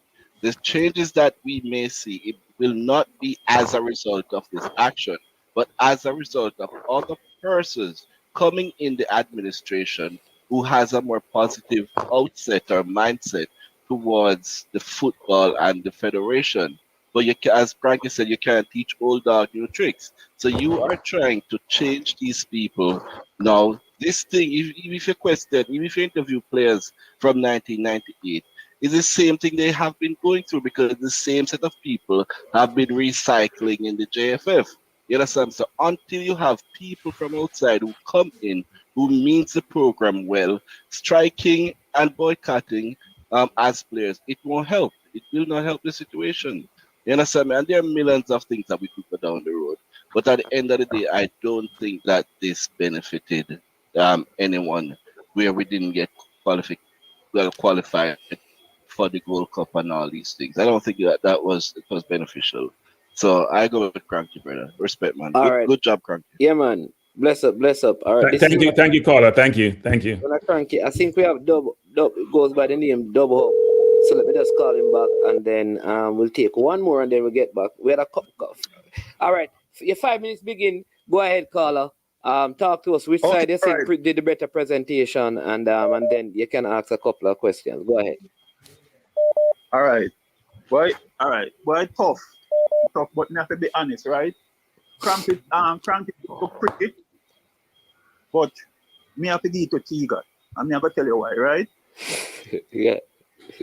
I'm never go back, right? All right, Cranky, what did Rosa Parks gain by not getting up on the bus? What did she gain? Her people gained a lot from what she did. And she gained her wait. First, wait. I'm answering your question. Number of things she gained. Okay. One is she gained a comfortable seat, which she didn't give up. That's personal gratification. She gained the support, notoriety, prominence because of her decision. Her people, her decision benefited and caused a movement to occur, which took a life of its own down the south. So she gained a lot from it, both personally and for her people. All right, our next question, right? What did Muhammad Ali gain from not going to Vietnam? He lost a lot. He lost his title. He lost money. He lost a lot. He got ostracized, but he also gained his dignity. He gained money in the long term. He gained prominence in the long term. He gained notoriety and he gained respect. Right. So this is my question to you, right? Yeah. What if the girls' dignity was more important to them than money? Because you from the way you talk, you put a lot of emphasis on money. You know, sometimes money is not the important thing to people, you know. But they weren't boycotting for dignity. What money? All right, let me ask you a question. They're boycotting for money. Part of the boycott was money.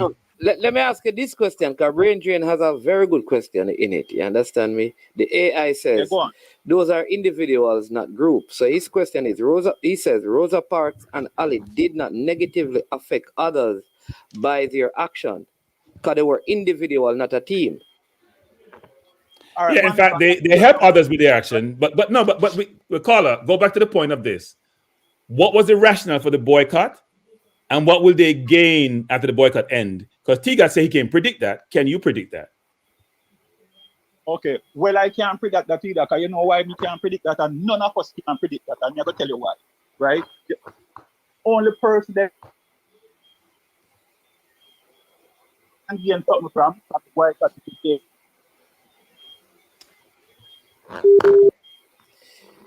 think they call her breaking up. And management, let me say this management. You know, Jeff, if actually gained from this boycott management, they have shown they can play without the girls. And they therefore have a strong position. You know what? You don't want to conform? We can do without you. We may not win as we would like to, but we'll keep bringing in better players until we don't need you at all. So no, you know what's going to happen, Kranky? The program is going to be disbanded like what they did before. Because they're not going to get the money. But the girls want the opposite. No, but the girls want the opposite. The girls, this is what's going to happen. The program is going to be disbanded, right? And that's what the JFF wants. That's what's going to happen. So the JFF not going to win. All right. We have a next caller we're trying to call. No, Bob, sorry, connecting flight, they call you. Sorry about that. You can try and call back. But caller, you have 5 minutes. I know that this one is on Tegat side right now. Yes, I am on Tegat. I am on Tegat side. But first, let me ask you, who did the better presentation? That's not Kyle, is it? Is that Kyle? No. I know who this is, but I know that he was going to be on Tegat side. It's toughy, Kranky. And if it was for presentation, you get an A+. But we're not rating it on presentation. We're rating it on facts. Okay. Yes, so he got presented more facts. Yes. Okay. My question to Kranky is, Kranky, what did the girls lose? According to you, they lost a lot. What percentage of these girls are professional playing at high level, except for the college kids? What did they lose? So the girls lost opportunity, a lot of opportunity. And if you're going to make that argument, then make the argument for every team across the world that play national football. Make it for Brazil, make it for Argentina, make it for England. Why do all these players like Calvin Phillips want to leave Man City to go play for another team so he can make himself available for the Euro? Every player want to play for their national team more than anything else, even when they're playing at the highest level. Why do Messi want to extend his stay to go play in the World Cup? Why? Because you grew up aspiring to play for your national team. That's all you want to do. Even if your club, you're not playing with any club or you're playing well, the national team is an imperative for people. And it's never about the money most times. It's always about being a nationalist, being a patriot, the accolades you get from the role, not necessarily the compensation. Most players are not playing in national team because of compensation, you know. They're playing because there's something they grew up wanting to do. They love to do. They love the notoriety. They love to make their fans happy. They love to see their country on the world map. That's the goal of the national team. It's not about money. So tell me these players play for all these teams. So do all players across the globe, in every country. Why do they all want to play for their national team, if that's the case? So except for the fame, they didn't really lose much. No. But I'm saying the opportunity translates into financial rewards, right? It translates into branding, commercial reward. A trick. So she's still on top. But anyhow, next question, Kranky. No, but caller, don't run. No, caller, don't jump in, caller. Let's stick to what you just said. I only have 5 minutes, you know. No. I know. We're going to extend your time. Messi was making $100 million a year at Barcelona. Right? And all these players for Brazil, they all fly out to go play for the national team. When Aston Villa told Martinez they couldn't go, they say, Aston Villa, forget you. We're going to play for a national team. It wasn't about the money. They probably pay more to their pocket than the national team compensate them. It was about the patriotism, what they want to do, what they love to do, the people in the country they want to give that support to, and they want to have that benefit of seeing the people happy. This is not about the money for national teams, you know. This is about what it does for me as an individual and what it does for my people. Go ahead, Carla. Next question. Okay, so Kranky, here's another thing. There are so many unknowns because they were suspended. How do we know these girls wouldn't have showed up for the final 2 games? So if you tell me you're not going to show up, wait. You tell me you're not going to show up. What should I do? Wait until I just go forfeit the competition, or do I make alternative? No, Kranky. But you could have still not suspend the selection and let them choose not to come because I don't buy into they protecting the girls. Well, I agree with you, but here's the thing. Then you control the narrative as the girls. Then I'm acquiescing to you. You can do whatever you want to do, and I'm the administration. I'm running the program, and you're going to come when you feel like coming. That doesn't make any sense. You tell me where you want to play. I would say no. this is a collective. We're working as a team. You can't tell me when you want to play and when you not want to play. That doesn't work. And Tegat view about Pinup not coming or Gray not coming, those are individual situations. This is an entire team saying we're not coming. You can play without individual players. You can't play without a team. But sorry, go ahead, Carla. Kranky, here is what. Okay, this is why you kind of won the debate with Tegat, because when the girls said they weren't coming, and you're using Pinnock and all those guys, right? If the suspension was lifted after the first 2 games, how do we know how many of those girls would have showed up? We don't know. That's the unknown. Right. Okay. That's fair. But here's the thing, Carla. How we know they would have shown up? They didn't seem like they were gonna. I know. Yes. The girls said no. Carla. As exam, I didn't buy that. No, right. Carla, So Carla. Say this, Carla.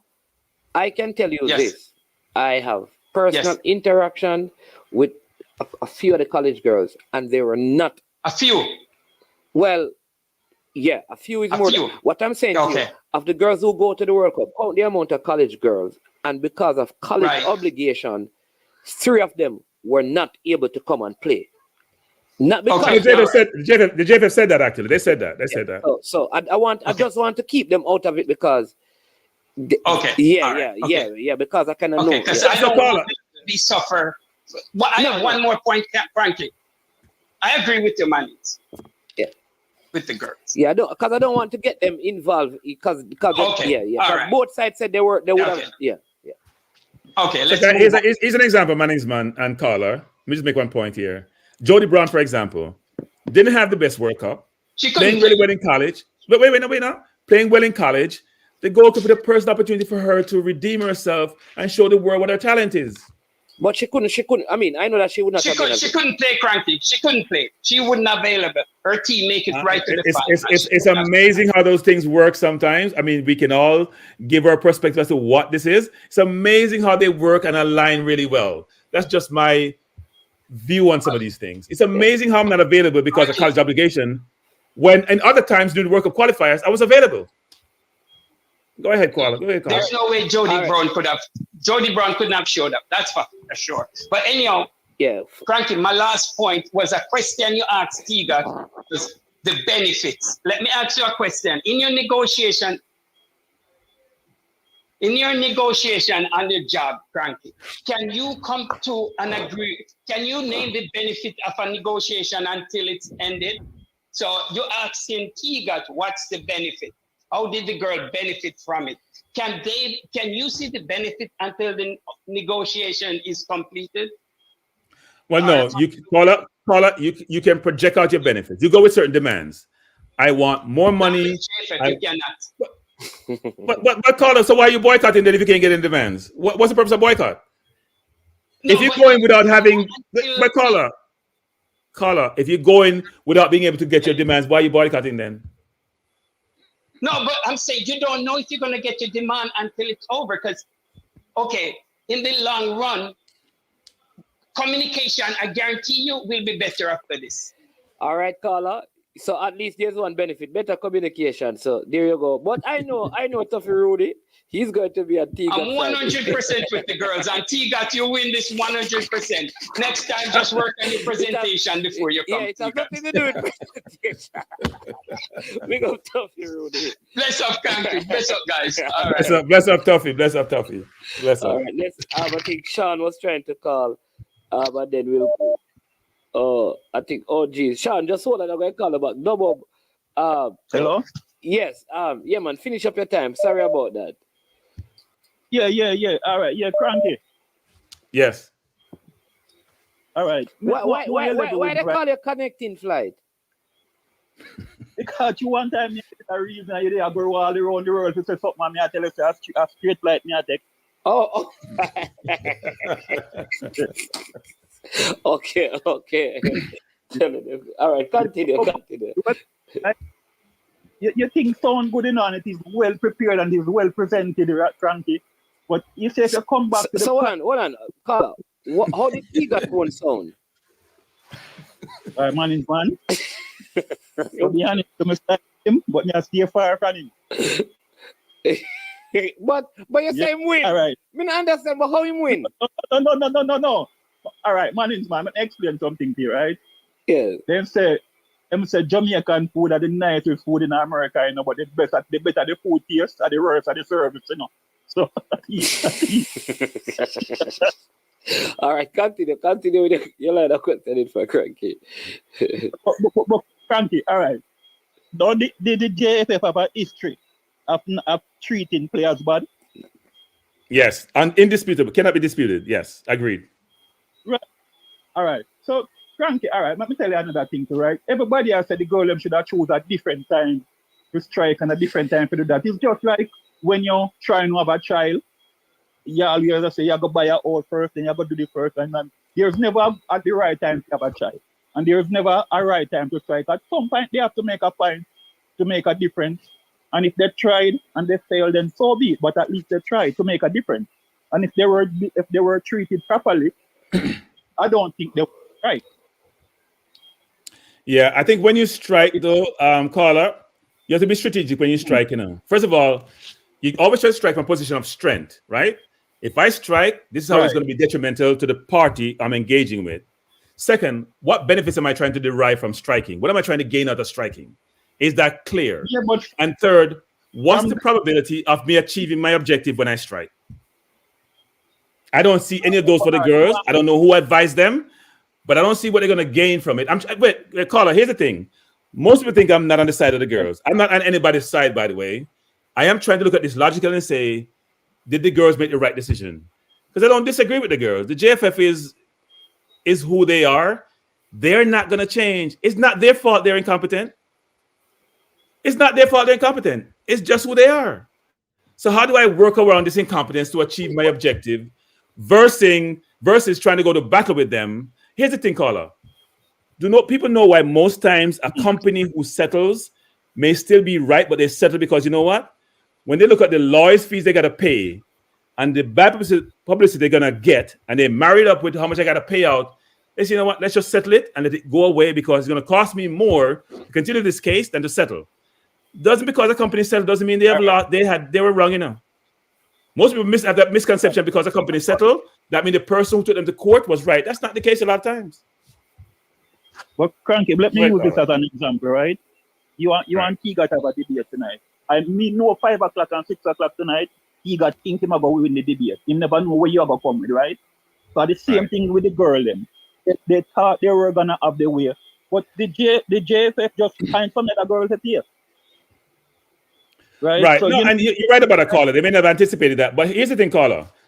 Whenever you are trying to position something, you should always play devil's advocate and challenge your assumptions to make sure they can stand up to scrutiny. Right. So if I'm going to do this, get someone who's smart enough to say, you know what? Have you thought about this? Have you thought about this? Have you thought about this? Can you live with the outcome that you're going to be receiving based on this situation? Can you really think about the pluses and the minuses? And can you live with it if you're going to come out in a net minus position? Or is the risk so great that the win may not even be worth it? Because you have to sacrifice so much to get the win, it may not be worth it. But all right, but at the same time, Kranky, look at it this year, right? We can get somewhere. All right. I'm just using this as an example, right? Me in a situation where I'm treated badly, right? It's either I stay and take the bad and I leave and just say, you know what? We do it out and find another way. At some point, you know, you come up and then them can't take no more, and then Kranky sometimes you say men this and men that. Me and what say woman, they're not as strong as they are not and they are not as practical as man. You know, I'm not touching that. I'm running from that like a thief. I'm not touching that. I'm not touching that at all. But I would say this though, which is you always have to look at how am I going to benefit from all of this. That's what I keep harping on. The JFF is not changing. You can't change the JFF. It's almost like people are saying, you know what, we shouldn't be fans anymore because of the JFF. But we love our football. So when we're not fans anymore, we don't watch any football. We're losing football. So with the players who are playing, so we got to make up our minds. You know what? I'm going to play despite the JFF because they are useless. I can't deal with them. They're useless. But I'm going to play for my country, for my people, for my fans, and for my own personal benefit.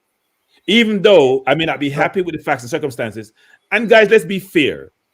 In the developing world, a lot of football federations, even in the developed world, look at Spain, for example, and their situation. Look at Canada. Look at Nigeria. There's so much trouble with women's football with their federation. It's not just a Jamaica thing. Look at France, for example. We have seen this women's football who have not been given the visibility, notoriety, and the acclaim deserve, or the support they deserve, and they're pushing back, and we don't disagree with that. But when you push back, be smart about how you push back and try to achieve your goal when you push back. The GFF dismantled women's football. That suggests they don't love the football. So you think striking going to change that? Kranky, look at it this way, right? Me just watch it, right? Let me tell you what the position with the girl. Right? Last point, and then we take, because we have a couple other persons calling. So the girl them they just won the World Cup, right? So them like them in the right position now to dictate and yes, to come reach that speed and them come up with what I expect. So at that reach them and I have an idea, but I'm not saying anything until Like I think. Yeah, but my message is Ango. From listening to the debate tonight and listening to like Tegat, may understand why innocent people go to prison.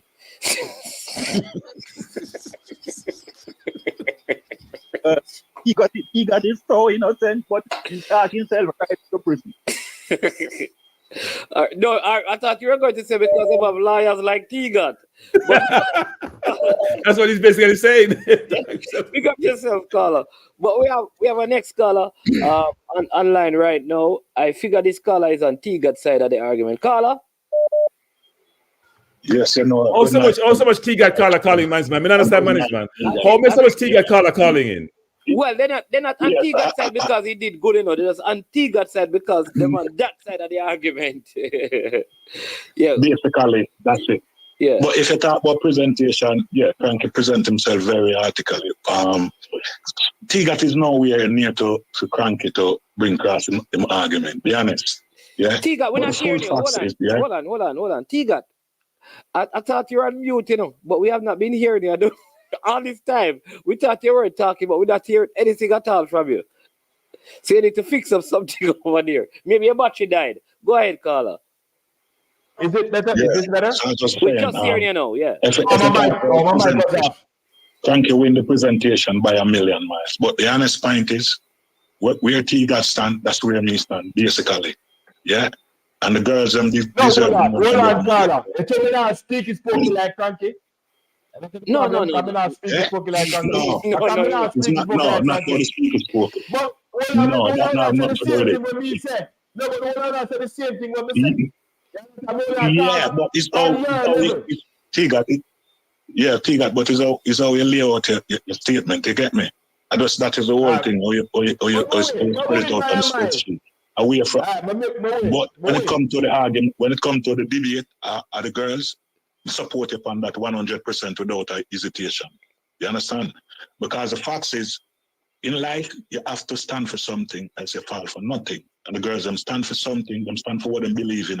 Whether Kranky say, them not gain nothing, them gain them credibility of who them is and what them stand for. You understand what I deal with? So caller, I have a question for you, caller. I have a question for you. If they chose a different approach, you don't think they could have had both their credibility and the benefits that come with it in terms of financial rewards and notoriety? You don't think they could have accomplished both? If they timed their boycott better, or the expression of boycott? Go ahead. Sorry.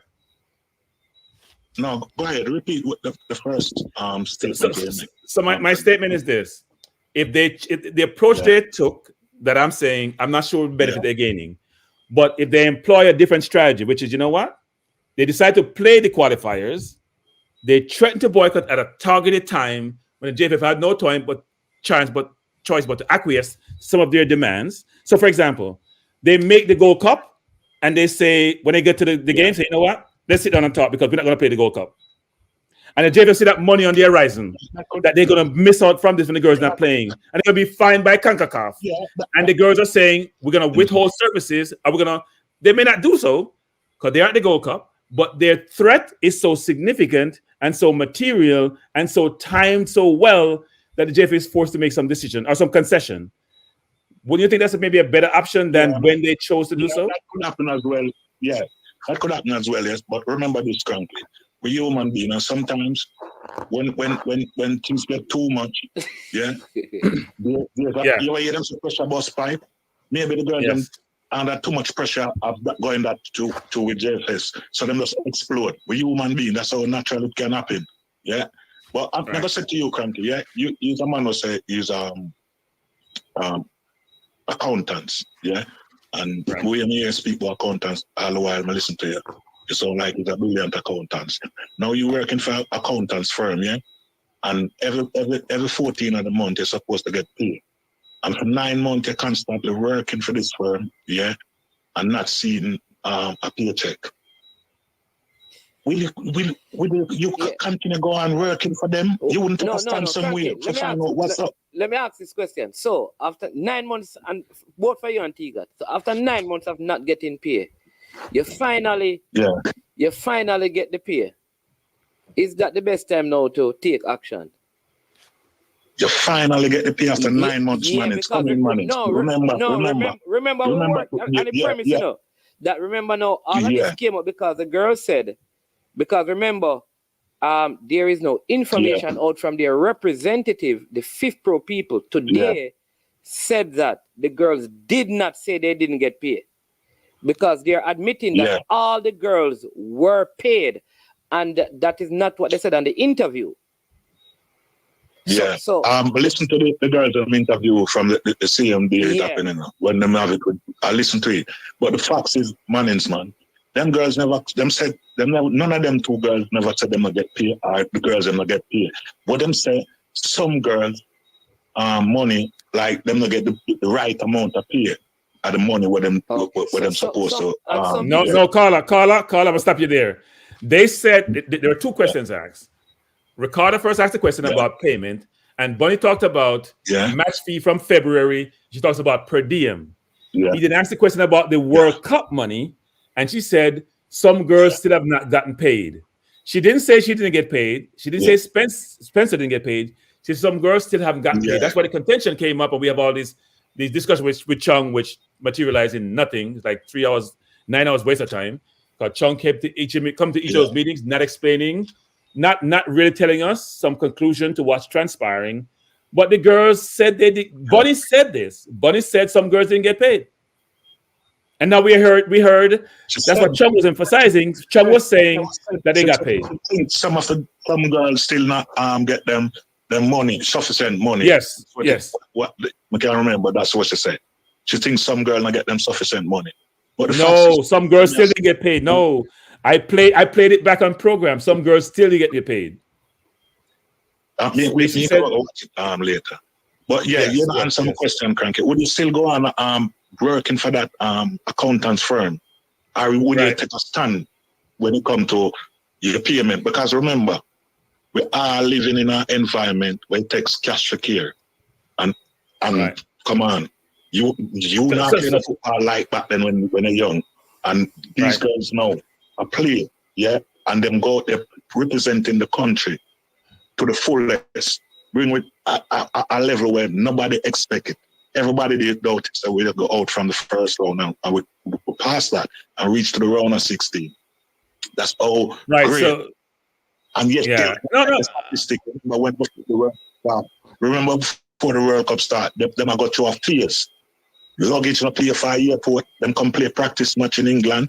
Them have to walk from the hotel to go to the field, and all these things. Come on, Kranky, look, it's too much. You understand? Carla. What was the most significant thing that occurred in the whole period you're talking about? Did the coach get changed? Did the girls force the JFF to change the coach? If you're gonna talk about that, come on, Kranky. Me and you know Vin is not that great coach to No. Carla. That's not the point, though. You forced them to make a change, but you didn't boycott to do so, right? Them never, in the terms you have to say them force. And I force. I wouldn't say a force, but if you is your side or you see some account, then no, I'm a force. You have to upset. We have to end up saying that the JFF does listen because they made a change the girl requested. Let's use euphemism. Let's say the girls requested to make a change and they made a change. So that means we are giving the JFF credit that they also listen. Yeah, agree for disagree. Yeah. Yeah. But what I'm saying, here's my thought, Sean. Because here's my thought. Yeah. You see, when the team played Canada in that first game, and we lost. Then we had the second game. The team was selected, and they traveled to Canada. What if that time is when they should have taken the action? Here's what happened. I think the decision about the head coach was not made. I think what compounded the decision was, and that is why they did, because the best place to have done it was when you travel to Canada the day before the game to take this action, because now, like what the boys did, the boys were in Suriname. They were supposed to head back to Jamaica for a game. They couldn't put anybody else together. I remember that. So if they didn't come back and play, the team would be banned. The girls, if they had taken that when they were in Canada, I believe what would have happened, the JFF would have, whatever else was out there, whatever else money, but at this time there was no money issue. That was the issue. Here's a question. So what happened is that now, after the Canada game was when the decision was made about the coach. And so this was now, okay, we have to do something now. But I believe if they had done it at the time of that second game in Canada, it would have been the best. To me, that would be the ideal time. But of course, the coach was there, and the coach probably encouraged them and said, listen, let's play and win and qualify for the tournament. Because if they won in Canada by a certain amount of goals, they would have already qualified for Gold Cup and all of these things. These games would not have been necessary. And I think that was I think that was a battle that they had. So caller, I have a question for you, caller. I have a question for you. And give me a frank and fair and honest answer. If Donaldson wasn't fired, do you think the goal would have strike? Would they have boycotted the national team? No, I don't think them would have. I don't think. You know why? Because as a coach, head coach, I don't think him would have him would allow that to happen. And because me understand what you said. But in the control them, Paul, in the control them, they make their own decision. And caller, here's the thing. So what are you striking for? So wait, caller. If you agree, caller, if you agree that they wouldn't have strike, then what are they striking for? I'm striking for Kranky. Look on it. Yeah, the first strike, the first argument to come out. Yeah, it was about payment. And everyone we all know it was about payment, because look how long the World Cup finished when the girl them and other rest of country paid them World Cup baller. Jamaica was the only country who left back when they paid them World Cup baller and have them round and round circle. Remember this in a Kranky? 2019 when them girls qualify, yeah, and went, JFF also get money, the girl them never get the money, and them low it slide, them still come back and play football how much time after that, yeah. And all after that, them play all the football, them play after that. Them still owe them. And the girls, them continue go on. You understand? Come on, Carla, I get it. But Carla, I've said this. Carla, right. You hear me say this, Carla? No, don't leave it, Carla. Carla, let me say it. Carla, here's what I don't understand. I have said this numerous times. I don't know what I say it. I have said that JFF is incompetent, right? And inept. Yeah. How can you call somebody competent and people think you're on that person's side? If I say, Carla, you're incompetent, you're inept, do you think that people can believe that I'm on your side? Me never say that on them side, I never say that on them side. You just speak things as how you see. Yeah. But there were two teams who got paid at the 1st of December that were at the World Cup still. Just because I know the people will take you and say a lie, you tell, and you know have no facts. That's not make sure listen to that. So if you're never hear about them too. That's be honest with you. Man. So that teams got paid after, but we're gonna take a few more because we have a man, definitely. Thanks and call as usual. One thing before you take the other. Yeah, one thing before you go. We don't want to set the Kranky. Me understand what I mean by patriotism. But you can't be patriotic when you work with a set of people who doesn't see patriotism in the Jamaican either. Because JFF and the Jamaican football people them as a patriotism. You understand? So understood. Wouldn't use patriotism in that. Be honest with you. You see me? Yeah. But I say something differently. So respect again to Yeah, all. man. Every time, man. Bless up. Bless up. Thanks, caller. Thanks for calling. All right. So Tegat, I know you have been chomping at the bit to say something, but go ahead as a we're gonna take this call and go ahead, Tegat. What are you saying? Tegat, what is wrong with your mic? We're not hearing. You're muted, man. You mute yourself. Yeah, go ahead now. Tegat. We're not hearing you, Tegat. Tegat come to debate and in turntable you need Tegat turntable need to break or the CD player now work. Hello. Caller, welcome to the show. You hear me now? You hear me now? Yes. Yes. You hear me now, Tegat? We have a caller. Hold on. Go ahead. Yes. I'm on Kranky side. The first caller that Right? you get. That first one you get. First one. Number one. I'm on Out of Kranky five side. callers. No, but the vote Right? already have Kranky winning doing a Tegat, but the callers, Right? yeah, go ahead, caller. Yeah, man. Cameroon was in a similar situation. And the guys wait till when they're going to take the plane and demand what they want. These girls don't go strike because the ambulance wasn't there. It wasn't money. You can jump through hoops all you want. It was because the ambulance was fired. Have a good night. No. All right, thanks, caller. that was quick. We had a next caller, so let's get this one and then.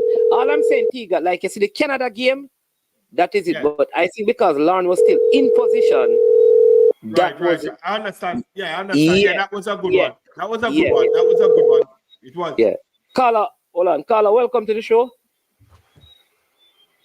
Good night to the panel. Yeah, man. Good night. Yeah. Yeah, we just come on, me the pan Tegat side still, but we just have a couple of questions for Kranky. Hold on, yes, Tegat won the debate. Good presentation.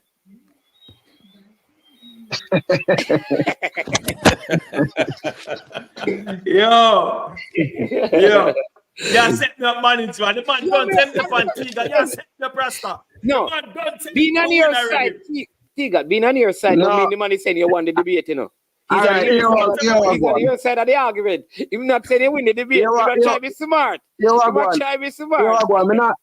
Me not talk about the presentation, me talk about the facts. Okay. Facts. Me just have a couple of questions for Kranky. All right, go ahead. Tegat, let the caller ask Kranky the question, Tegat. Because the caller still going to give the credit. All right, Kranky. Yes, caller. Thank you. It wasn't about the money. So why Ryan Sterling didn't play for Jamaica? I actually don't know why Ryan didn't play for Jamaica. I assume that Ryan was part of the British system, and did Jamaica approach him to play for them? Was he on Jamaica's radar? If so, he probably made a personal choice. Right? England have more chance to win. I don't know what the exact. I would assume that, but you can tell me. I don't have the answer for that. Why Ryan didn't play for Jamaica, even though he was born here, by the way, but he went to England pretty young. So, but even Boyd Kelly mustn't play for Jamaica. He mustn't play for Jamaica. Even who? Bolt. So who mustn't play for Jamaica? Ryan. No, man. By the time Ryan Sterling and Usain Bolt are friend, man. Ryan Sterling could not play for Jamaica. That much I can tell you. By the time Ryan and Usain Bolt were friends, he could not play for Jamaica again. He was tied up. He played many games in England. But Carla, let me say something, Carla. A lot of players. No, remember Ryan Sterling. England over. No. Remember Ryan Sterling came and tried to play for Jamaica, and they said he was just fast and not good enough. Okay. Remember that? I didn't know. I don't know the Rhyme story actually. Yeah, remember Ryan Sterling came to play on the youth team, you know. And he was told that he was not good enough. That's why if he had played at that time. What are you confusing Bailey? Are you confusing Bailey with Sterling? Bailey that Usain Bolt said shouldn't play for Jamaica, not Ryan Sterling. And why him said that? Because remember at that time the whole thing about Leon Bailey and his handler Mr. Butler and I think the brother, and they wanted if one to be one the next one should play. And they only wanted one, and that conflict. And Craig Butler was saying that he could play for England and all of those things and stuff. That was the reason why. It wasn't like okay, he wasn't being paid. All right, you see, me is a Jamaican, but live in Canada. And if I was a professional footballer, I love my country and everything, but Jamaica would have been the last country me to pay for. In terms of Why? the people them that you put in charge to govern the thing, both football, government, they don't care about the people them, not even the country them they care about. So why should I care about them? But you're not playing for them, you're playing for the country. You're playing for the fans. But Carla, here's where you're different. I understand what you're saying because it's very painful. But Jamaica, just on the island alone, there are 3 million people. And there's around 60 of them. And you are going to make the minority stop you from, it's a very tough decision. I can understand somebody doing it, but I'm just wondering. Like, 60 people influence your decision. If an next 2.9 million people say we want it to come and play, you're going to let the 60 stop you?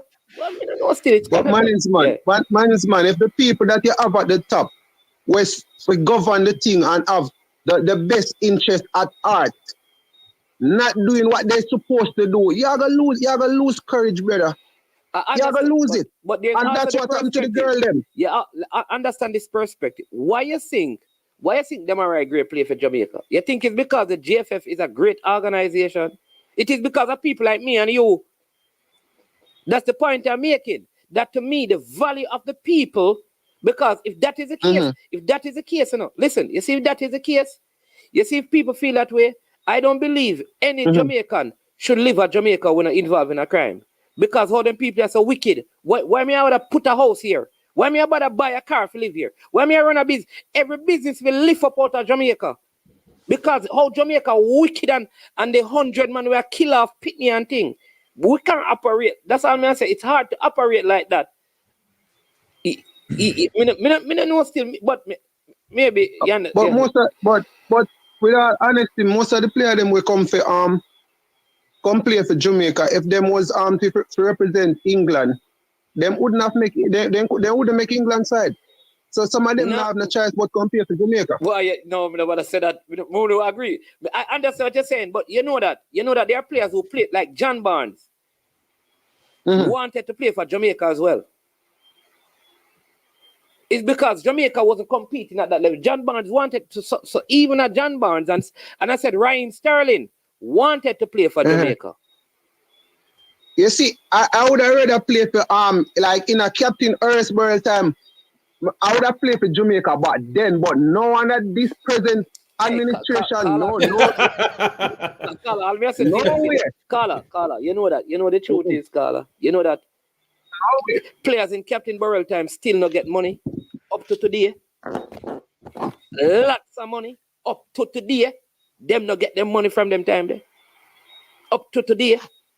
So man, I think the misconception. I guess them man captain did more of a communication level, but these set of guys are bullied. No, Carla, if you speak to players who played in that time period, it had nothing to do with the captain and communication. To the contrary, they were all patriots. They want to play for their country. That's all they aspired to do.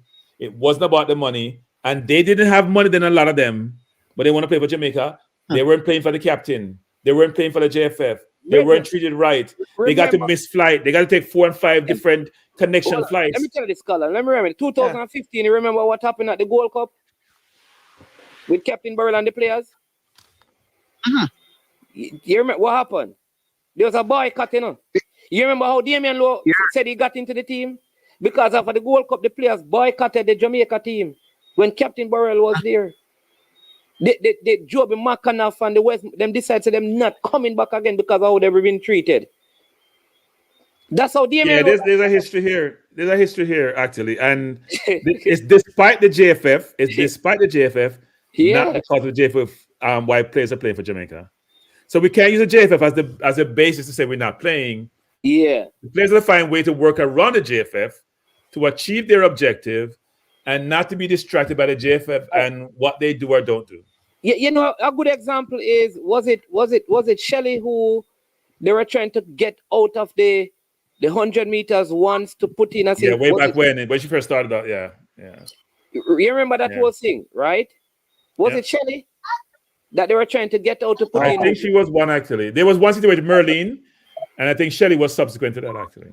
Yeah. There's one with Merlin before that, when Merlin didn't finish in the top 3, and there was one subsequent to that, is my understanding. But these things, these things happen, man. The fact of the matter is, caller, is that it was Veronica Campbell, man. It's something to say. I better take. It was Veronica Campbell that won together, not Shelley. It was DC, bro. No, DC didn't run. I think DC situation was around anchoring the relay and didn't want to run the anchor and not run the backstretch or something. I think it's a different situation. There were like 3 or 4 of those situations. There was a national trial, maybe Coach Minzy, but there was an athlete that they wanted to. Captain Burrell died in 2017 AM Henry, not 2009. It's 2017. Someone says Shelley for Shelley for Veronica DC. Campbell Brown. Yeah, man. That's what they go, man. I'm never too sure. This current administration, you see, you see this administration, they more wrong and strong, and you can't wrong and strong. Yeah. And remember that the Cygnus Media telling you again that even with Wes Morgan, they wanted Wes Morgan to play for England. After he had played for Jamaica, they're trying to get him to switch back to play for England, man. But you do have players like Ivan Toney Carla. Ivan Toney wanted to play for Jamaica. As much as we don't like the decisions and things. About the last thing till the administration, and me feel like them not love the football. Them is just there for the money. Them not love the football. That a lot of us because agree with you. Them not try to make it better. I think a lot of us agree with you on that. Well, no, Carl. I think they are not patriotic, because if they were, some of them would sacrifice themselves and give up their position because they're not doing a good job in your role. So if you're a patriot and you realize you don't have the ability to do certain things, you should give it up. Yeah. Honestly, it pain my heart. Like, come on, like. So, as I say, big up again to the panel. Yeah, man. That's what Carl. That's just my 2 cents. What's your name? Huh? What we call you? Mikey. Oh, Mikey. Yeah, man. All right. Blessings. Thanks for the call. It seems like you're young. Yeah, man, cool. You need to, when you know that we have the class though. You need to come to that class, All right. Because you seem like young. We call it the football history class, when we go back, because you sound like you're young and you love the game, but you're very passionate, But it seems like we used to play the game, man. Yeah. Okay. Yeah, man. We used to play the game. Yeah, but me surprised. You never know. Say, remember Rudolph Austin? Like he wasn't sure what to do. Yeah, Rudolph Austin. And remember Austin said that he's a captain, he has to lead, and the players got vexed with him because he decided he would not have been a part of the strike. Yeah, we are talking about. And this is Captain Burrell. Austin come from same place, Eh? No, man. Me not like. You know, say call me. I like when time people say them and person come from the same place. Me like when they say they come from the same parish or district. The same parish still. I teach I'm calling, man. All right, teacher. Thank you.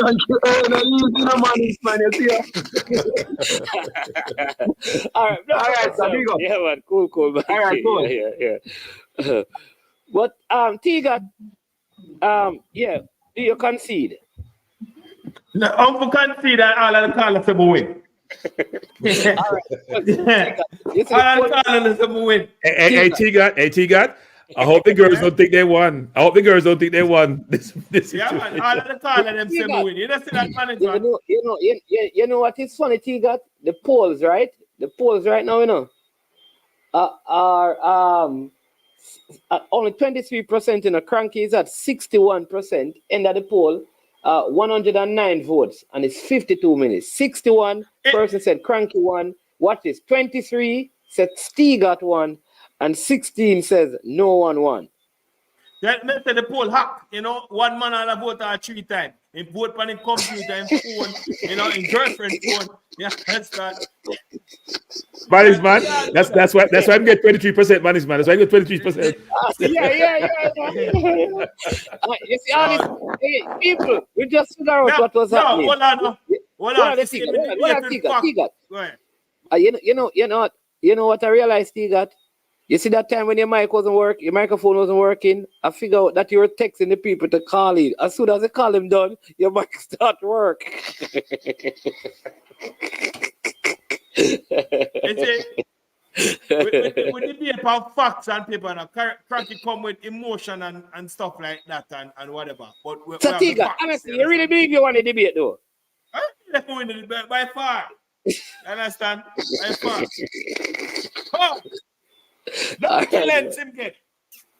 Don't lens. I think it was very good interaction and stuff, man. You know. You guys are very respectful. Good information. I think Tegat, you missed out on some very important points in your presentation though. I think when you went back so far, you know, I think you could have stick to the fact.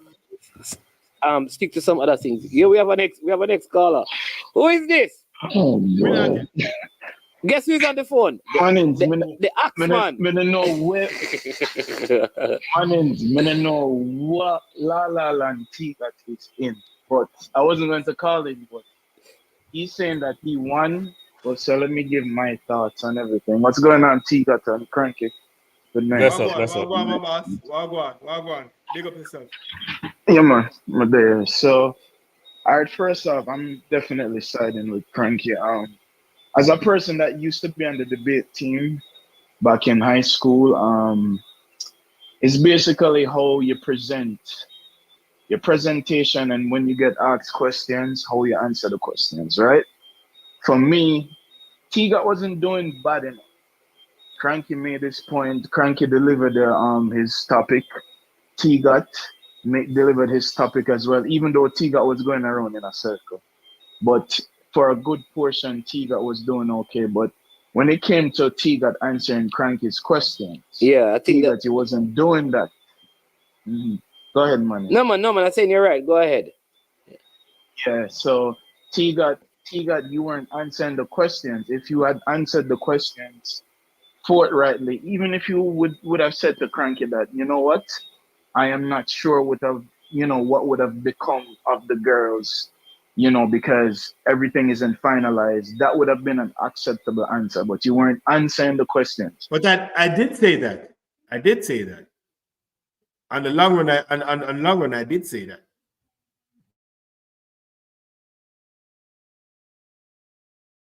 I'm gone.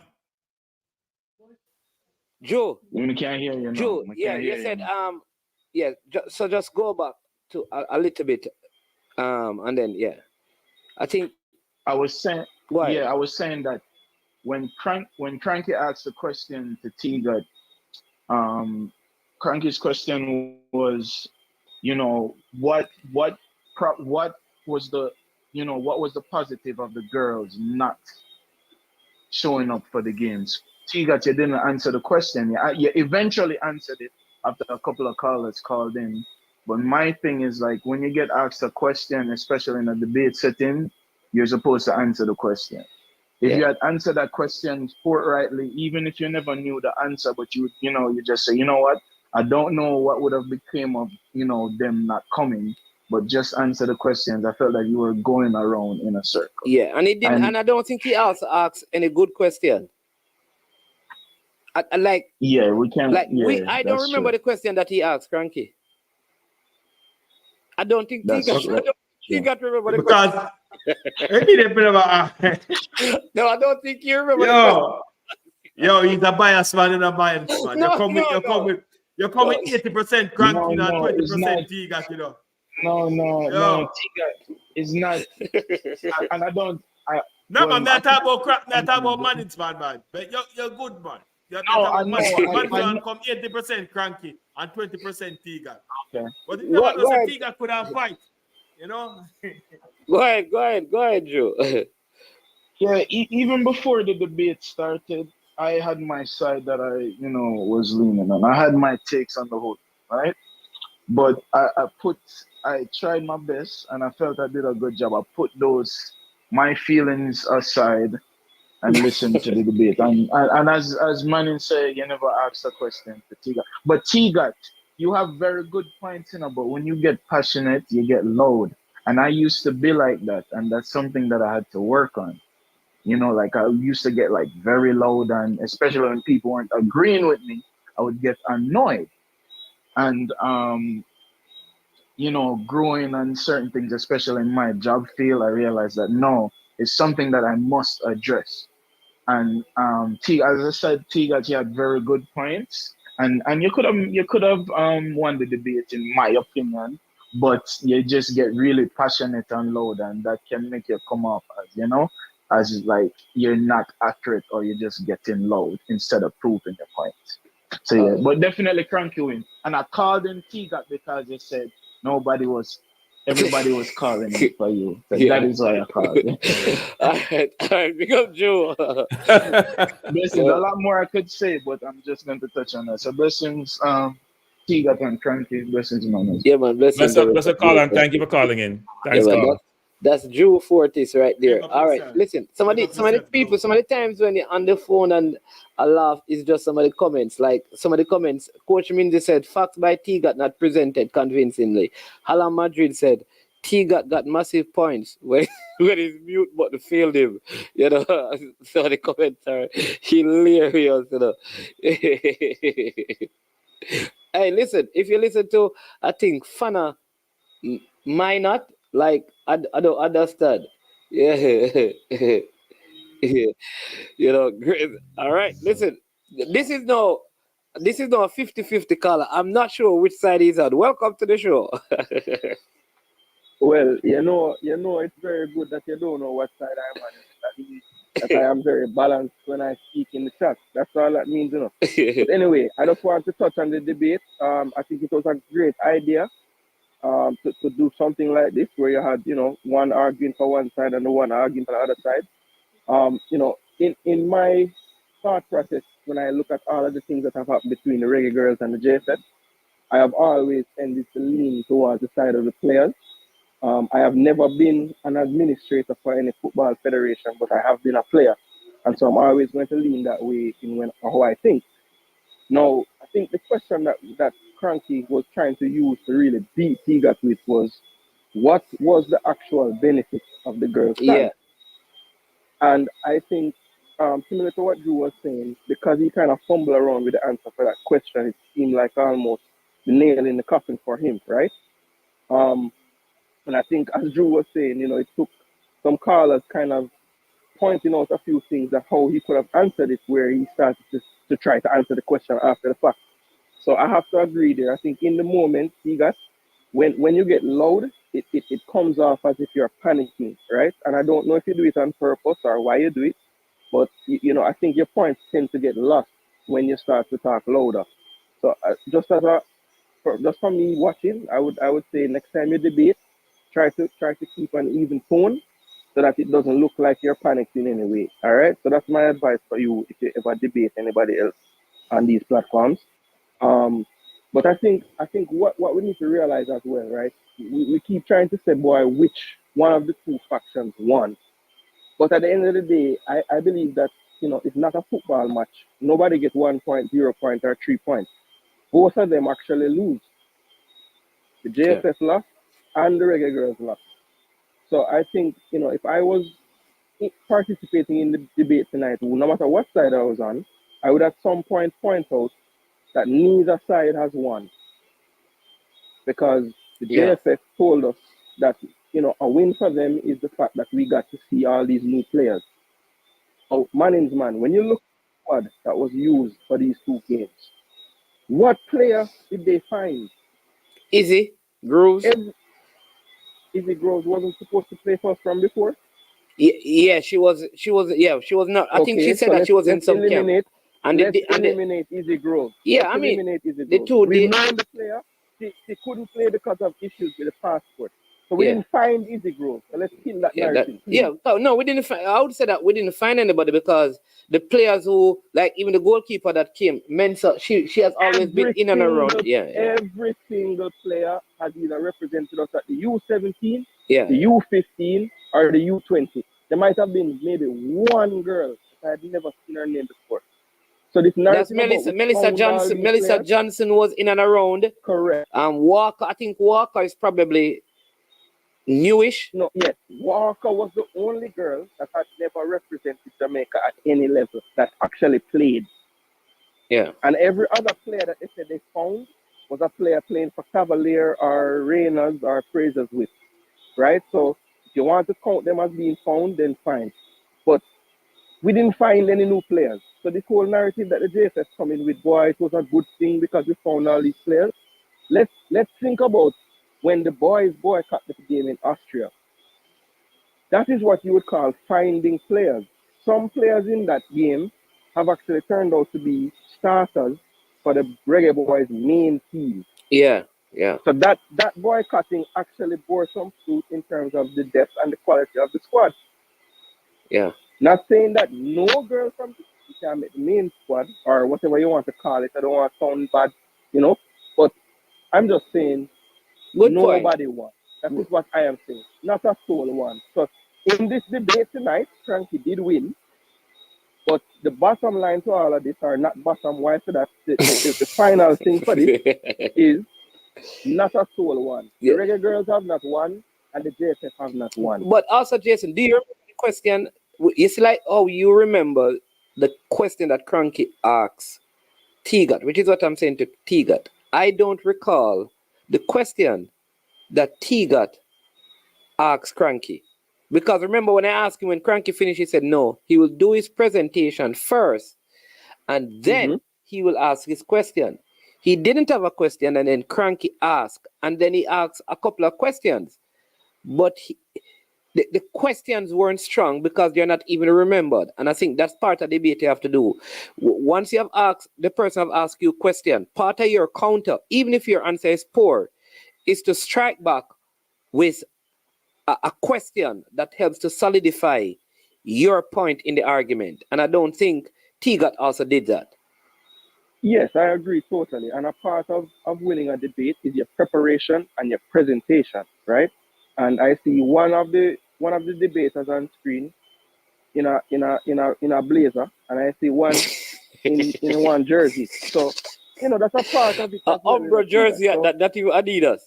When you're debating someone like Kranky who is mindful of presentation and preparation, it's going to be obvious if you have not prepared. So Kranky, next time, dress down a little bit so that we can have an even, because the blazer thing, it just don't look good. And yeah, but in all honesty, guys, I think, as I said, it was a fun show to do because you got to see arguments from both sides. But I will just say, I don't really think there was any winner on any side, not for the debate, but in terms of the overall JFS versus Reggae Girl saga. There has not been a winner. Totally. Nobody can convince me. But Carla, I did say at the outset, I quoted Stephen Covey, Hold and on, they need to have a win-win situation, right? Yeah, go ahead. It's Jason Guna, right? So you can, Oh, Jason, sorry. Jason. The point I'm making is this, is that at the outset, I talked about Stephen Covey, 7 Habits of Highly about Effective People. 7 Habits of Highly Effective People. And part of what I quoted was the view of, great book, of the whole concept of when you're in this situation, and for example, you're going to boycott or do something like that, you got to think about a win-win situation, right? It can be, as you're saying, it's a lose-lose situation. It's not win-win. You're always going to focus about what outcome am I looking for and how do I achieve that outcome? And I'm still trying to figure out, because people think when I debate this, they think I'm on the JFF side. I'm not really on any side. I'm trying to figure out how the girl's going to achieve their objective. One, you got to have an objective. I'm not sure what the objective is because they say they want to help those coming behind them. But how do you accomplish that when I don't even know what your objective in the first place? You don't know. Why you keep saying you don't know the objective when you just said it a while ago? No. I don't know the objective. Wait. Is the objective to the money? Was it the logistics about travel? What was it to change behavior? Go ahead. You said a while ago, you said it yourself. You said the objective is to help those who come after them. No. I said that's what they said. That's what they said. That's what Spencer said. As the objective, besides what they say. Right, but here's the thing though. Does your action help you achieve that objective? That's the question. Or did it hurt your objective? Did it help it or hurt it? And as he got fumbled around with, don't know. We won't know. Because you made the analogy about Rosa Parks, right? Now, in the moment... No, I didn't. Somebody else did. I just expounded upon it. Well, whoever came with the Rosa Parks, my thing with that is, did Rosa Parks know that day that, 50, 60 years later, every time it's Black History Month, she would come up as the great one who changed everything? She didn't know that in the moment, Kranky. Right, but the analogy we're using is a bad analogy, I answered the question, it's a bad analogy. The girls are striking for a purpose. I just don't know what the purpose is. Rosa Parks just didn't give up her seat. That's my bad. Yeah. So I heard that analogy from someone and thought it was from you. Yeah, it was a call. No, it wasn't me. It wasn't me. I me. think it was connecting flight, and he brought up the Muhammad Ali. Okay. Yeah, I think that is the person who did it. But I don't think it is the best example because it's more individual making a decision.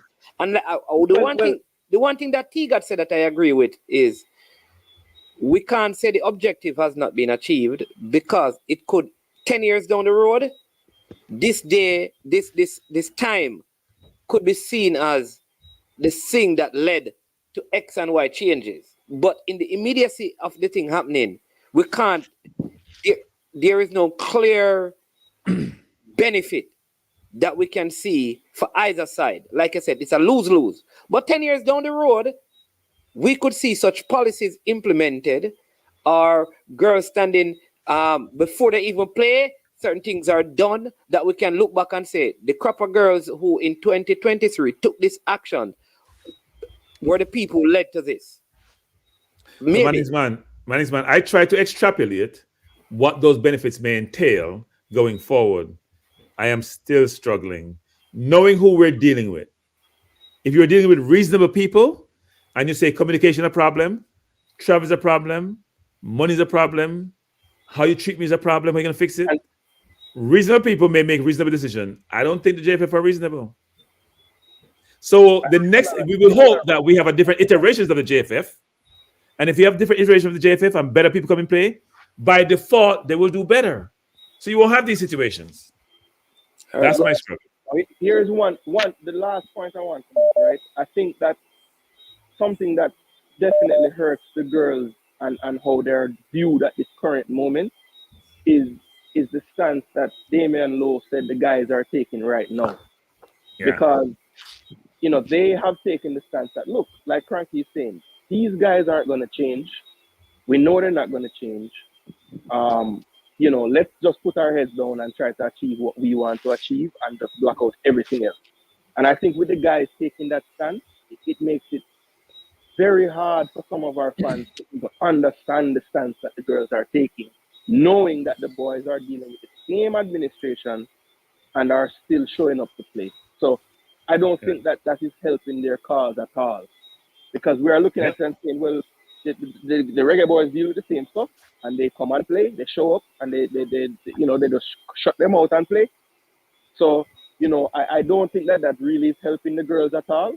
That's a good point. And of course the fan in me is happy that the boys are taking that stance because we get to see them in Nations League and all these things.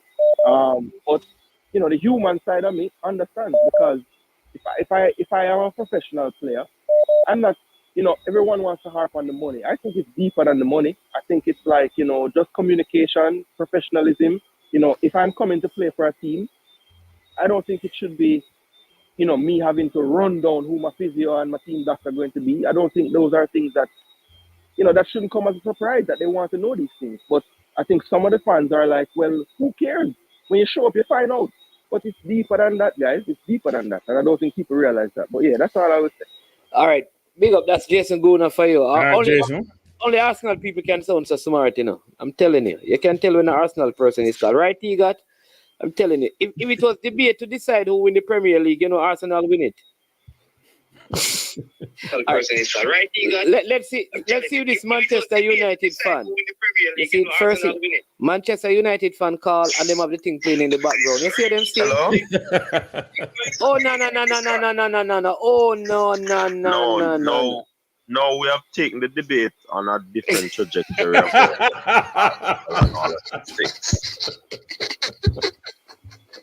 It cannot be like that. Coach, tell him to win, coach. Coach, tell him to win. Coach, tell him to win and done. The one person, Tegat, the one person who will tell anybody that they will coach wins, you don't know that already. Even the party outside. Hold on, Tegat, hold on. Yeah, man, me a pick side tonight. But the Tegat, one thing with coach is this. Me not take bribe from nobody. So, listen to me. And I said it in the comment section already. Before me go any further, but big up to everybody in the comment section. I hear the talk about manning some girls not around the team. I think Izzy was one of them. Did she play youth football for the No, girls? she was just what Jason was saying is that she was waiting on the her passport. She was known. So he's saying that she was not discovered because she has been to camps before. She just never got her passport. Okay, all right. So and then you brought up a next name, right? I think Zoe. Zoe, yeah. Yeah. What he's saying is that she would have been in and around already, so they are not like new girls really. So they didn't discover them, but they got the opportunity. Unlike Ethan Pinnock, who was the Austria trip was like that was it for him. That was yeah. I think that's the point he was making. Yeah, man. Jason Guna, big up yourself, you know, but it's because you're Arsenal, man. The take back the big up, you know, but sit on fence. Anyways, I think the debate was good. I mean, I think it was a very good motor debate because it's one of the trending topics in the space where the football is concerned, and it is one of those long drawn out topics as well. So for me, like me say, Tegat, nobody can buy me out. You understand? I think you had some in your presentation, Tegat, but you didn't do justice to the oration of the facts. And you say because Kranky Speaky Spokey, well, if you look at it as being Speaky Spokey, then you'd have already lost the debate because obviously you were looking over the fence. And as he said, Kranky are going well when it comes to the presentation. No, all the people must say. We're not looking at the fence. All the people must say. Tegat. Remember, say my time you debate the whole show and you lose, man. You make me talk, man.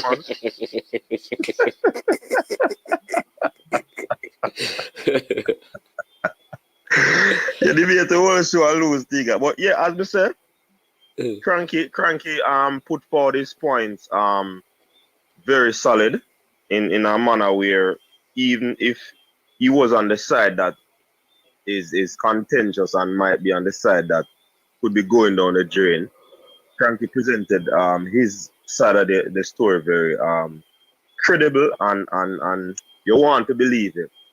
On the other hand, like I said, Tegat had the facts, but he never presented convincingly to the mass. And that's one of the reasons why I think Tegat, you got that downfall in that. But I think if you had pushed more, if you have been more forcefully, and I hear somebody said the questions that Kranky asked you weren't able to answer them, and you were nitpicking. You said Kranky was going around the corner, but you were kind of all over the place. But you were kind of all over the place in terms of answering his questions and also presenting a solid enough question to him, so that you can, dethrone his whole side of the argument. So I think on those points, Tegat, you would have lost some points for me. Yeah, so that would have caused Kranky to win this debate, in my estimation. So that is based off my observation of the debate. And if coach Minzy, the money's in the mail for you. Okay, the money's in the mail for you. No. Corruption. Donate it to the I Am Sure Sports. Remember, say you can't. Hey, listen. Remember, nobody can buy me out. Corruption. Not that talk about. Donate it to I Am Sure Sports. And coach, I'm gonna send you the spreadsheet. I'm gonna send you the spreadsheet, coach. Coach, wait, no, coach. I'm sending the spreadsheet. I'm sending the spreadsheet. You haven't got the money yet, coach. If you haven't gotten it, I'm gonna send the spreadsheet. I'm gonna check with my bank. All right, I'm gonna check with my bank and send the spreadsheet. So you're gonna get your money. Yeah. But coach, me wanna see what's going on. May I have a next battle, you know? We really need to find a way to set up the chess, you know. One of them Friday night, you know. We have a game. Anytime ready, man. Yeah, use some terminology and them. Me not like if you play the checkers or the draft, you gotta beat me for it. But you say we can't beat you for the chess. Me not say you not beat me, but it gonna be a ding dong battle. You see me I say? Cause we know the game and we can play the game. You see me I say? All right. So me not go say you can't beat me because in a chess you know you can make mistake, you can miss a play. And if you know remember your moves and you place them in a well, me use a pet. Well, me can't tell them a strategy. Let me just stop it that. Will you play blitz? You play blitz? Yeah, me play blitz too. Okay, all right. When we play chess, the long all game, we don't use the blitz tactics. Different tactics. Okay. All right. So tell him one of your top opening move, no man. Mannings, that me I talk about, you know. You know, Arsenal people always want listen, man, me all stutter. Do ask me that. Let me use a president. Do not ask me that. Don't ask me that. All right, big up yourself. Yeah, man, big up. Tegat, trust me, you see, if me deny a debate with Kranky, he couldn't win. Coach, mine. Yes, no, coach. Can I call you? We called Tegat last night, you know. We called Tegat last night. Coach, mind yourself. Yes. Hold on, no. Your argument strong, you know. As me said in the debate, it is because of presentation and you convince the mass. For me, Tegat had the stronger side to debate the most. But because he did not present his facts strongly enough, you were able to outwit him. And the some question, people, people in the year call me out. Like call out, you know. You know what you know what you're going to do, right? You know what you're going to do? You're going to find, because this is what you keep on doing, you know. You're going to find a topic and challenge. You'll find a topic, of course. You know that's what you're going to do. Because that's what you're careful. You want to find a challenge and say, all right. Ala Madrid, so this we should debate the Leon Bailey debate. Even though I've decided to put a moratorium on the Leon Bailey thing, because people think say I pressure Leon too much, which may be true actually. So we have to put a moratorium on the Bailey thing. Yeah. Kranky, remember the only time me and you go debate on any topic is when I'm not host of the coach's desk. So okay. Once I remain host of the show, in a matter of honor or not. Yeah, because you can't debate a host of a show, because what if the host lose? You're going to lose credibility. No, you mean when the host lose. You mean when the host lose, not if him lose. When him lose. But you can't put up the top host against the top panelists right now, because it gonna look too bad if the top host beat the top panelists. You understand? So we just leave it at that until we find a ground. So you put yourself as a sports in the middle boss, so you put yourself in this position. So now that's why I'm flapping himself too. That's why Tegat flapping himself. Hey, only to see that comment section, people are saying because Tegat can't find no topic on his show, making come do that debate. What? So as the host, you can't come do that something at Tegat. I know I'm a big fan of us. Probably, you know. What are you saying? I'm a big man. What are you saying? No, Tegat, I will see that comment section, you know, Tegat. That me I tell them, man. People need to go check it. one thing Go and with check it. no, one thing with Tegat, you know, it's a comment section no bother him, you know. Comment section bother unseen it, okay. Unseen we all attack, I see the comment section. But comment section no bother. But big up Coach Vince, the man good? Yeah, man. Yeah, man. Everything mucho, man. Yeah, all right. What the hot topic on Friday? You know, sir, we don't know yet, though. Because sometimes my topic then just drop out, I see it, you know. Yeah, man. Fraud Rock But, Fraud Rock on the campaign trail? no, we're not discuss Fraud Rock again. You know, What is a fraud? What's a fraud rock? What's a fraud? Elaborate on the fraud rock. Let me tell you what go on. We can't elaborate. We can't. No, I'm telling you what go on. Let me now go touch a topic there again. You have some people who say them are part of the ultra scene. Go link the former ultra boss. I mean, you say them dethrone him, you know. See? And go tell the man, say, send stream, say, me, I say him get arrest. What? Me, I do stream, I say him get arrest. And so me say, you know, listening to stream.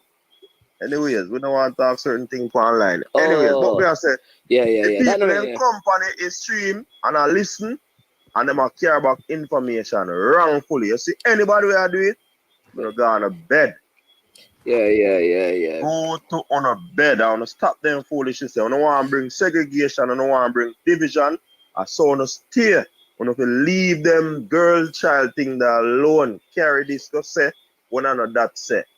Yeah, that is true. So I tell me I have to leave some of those things alone. For real. Yeah, man. None of us slow that, man. Because we don't want to try. And I see some of my people, them see man in the comment section, I beat the boss. You see me I say? But they still, so you see them a play both, you know, man. Yeah. The You people, see me I say? listen, I And think some of the people like them, they can't trust. I think some of the people, them love the mix up. So you have to just stay away from it. You understand me? They don't care about the direction of the conversation as long as they can create a little turmoil that gives them a little joy. You just, yeah, man. All right, yeah, man. But bless up. But one of the next thing to just add to this, the poll is out on the coaches desk community. We have the end of year show weekend Saturday. Yeah. So people have to just go vote, and then when we have the show. Right, we'll give the awards. Right, so Saturday is the awards night, people on the coaches desk. So you have to go from now and vote. You understand me? And please don't do like what he got do tonight. You understand me? Vote 5 times. So management and Minze, as I've said to you guys before, I am starting my own channel next year, and as host, I will be debating anyone who wants to debate me. On my channel. I have no problem debating. No problem debating. Kranky, yes. We talked to you about that off the year. Because remember, you beat Cataract and now you beat Tegat. Just go and relax now, Kranky. You don't want a minus on your side of the spectrum. So just relax now. You guys are not confident. You're not confident in your ability to win these debates. I am confident that I don't take debates I can't win. I don't take debates I can't win. No, you see, the problem is that I'm not going to win. I'm not going to debate. Kranky's not only confidence, you know. It's about protecting your friend, you know.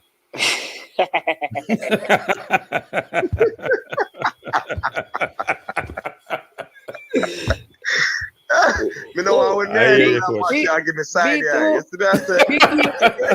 Big deal, man. You know how long I'm debating on the radio? You know how long I've never lose a debate? I want to them. We don't lose debate on the radio, man. Yeah, man is bad in a debate. Yo, Bridget, once I spoke. You know what? So I should debate management then. I want to debate management for the topic. First of all, I test my topics. I didn't test these yet. I didn't test with Cataract. I tested with but if I'm going to debate people who are good at it, not good, Tegat. You know what, Tegat, the man really this because the man say only debate people him know him can him only debate him know. No. But here's the point though. I'm gonna test it. I want to test it before come on. Are we qualified the Tegat? Yeah, man, we festival, but everybody step away by far out. Anyway, Probably because them they far out there now, see good. My daughter just come check me, so I'm going to talk arena and stuff. So Yeah, man. Blessings, man. And thanks for coming on. Bless up, Tegat. Really appreciate you coming on. Yeah, man. Appreciate you. People, sports down the Bless middle. up, everybody. Yeah, man. Bless Check up. them out. Yeah, man. Blessings. Best Tegat. Yeah, man. All right, Tegat. Yeah, man. And thanks for the opportunity, Tegat. Thanks for the opportunity, Tegat. I appreciate it. So what time show Saturday, Minzy? 6. Want start both? No, man, about 7 o'clock. 7. Oh, 7 Saturday.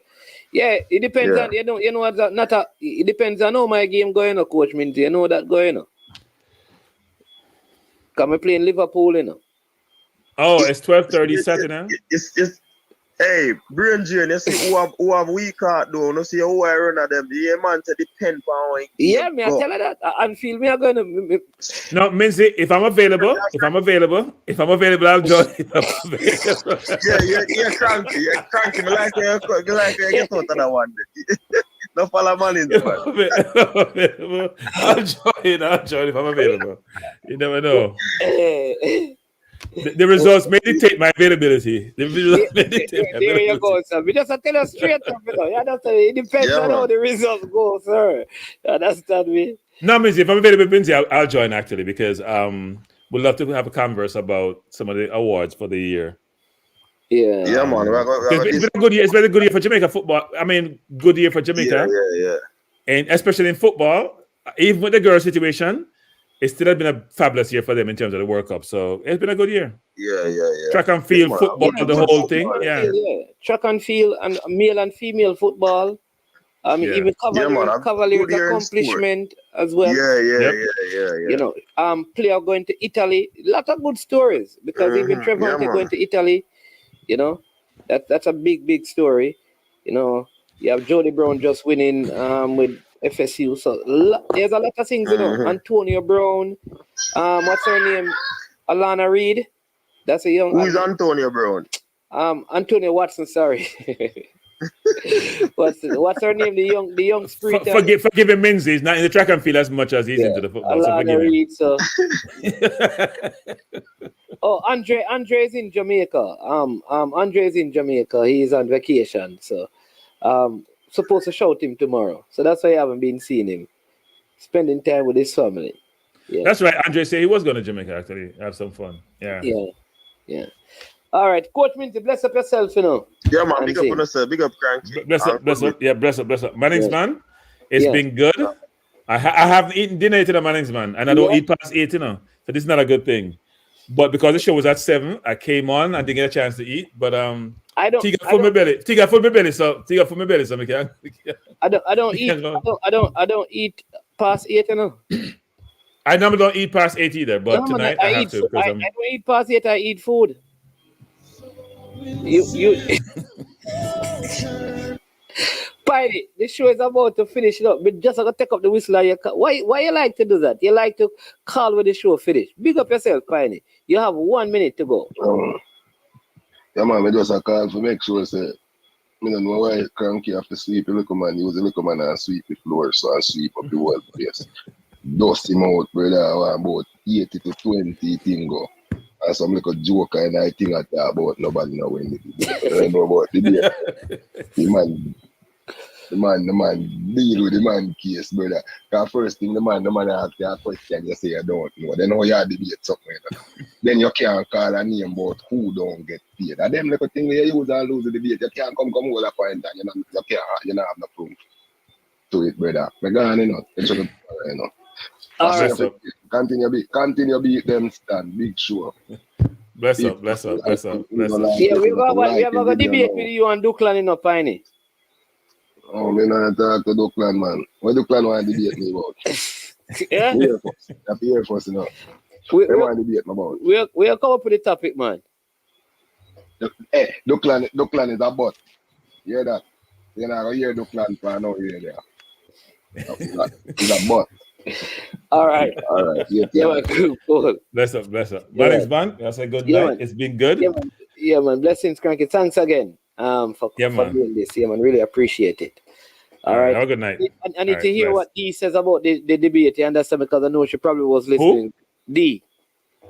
No, Dee thought I won actually. She came in the room and said she thought I won. But she's on the girl's side, by the way. She destroyed me today. We had a conversation today about this. I gave her the same points. She didn't want to hear it. She said the girls are right. The girls do what they do. They are right. The JFF is inept and incompetent, and she was focused on the JFF and how they operate versus the substance of my argument. Okay. So yeah. So I couldn't convince her. Even though she agreed that on the points, she didn't agree with the JFF being given credit for anything and anything. So yeah, man. Yeah. All right, Kranky. But she was listening. All right, bless up, money. Yeah, man. So, people, thank you so much. Wonderful night. Thanks to every first of all, thanks to Tegat. Good friends decided, hey, we're gonna do this just for the fun of it. To Tegat and Kranky, because they came up with the idea and said just spontaneously they wanted to do this. So big thank you to them. I just kind of facilitated it. All right. Thanks to all the persons who subscribed today to the channel for the first time, all the regular viewers and subscribers, thank you for every like, for every share. Thank you so much for every super sticker and super chat shared. Thank you so much. All right. Have yourself a wonderful rest of the evening. I am Man.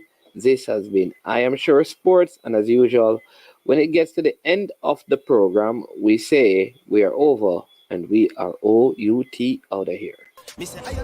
Yo, watch about dog, SK New Artist. The body out there, Sniper King I represent for I Am Sure Sports. You get to me, I say, when you want the latest news and sports and updates and all of that, check out I Am Sure Sports. You know the thing goes in. Remember, cover the whole island. Remember Kingston, Westmoreland, Galchester, Orchard-Race, Galtigo Bay. Everywhere. I Am Sure Sports. Check it out for the latest news and latest updates. Sniper King I represent. Where them feel like?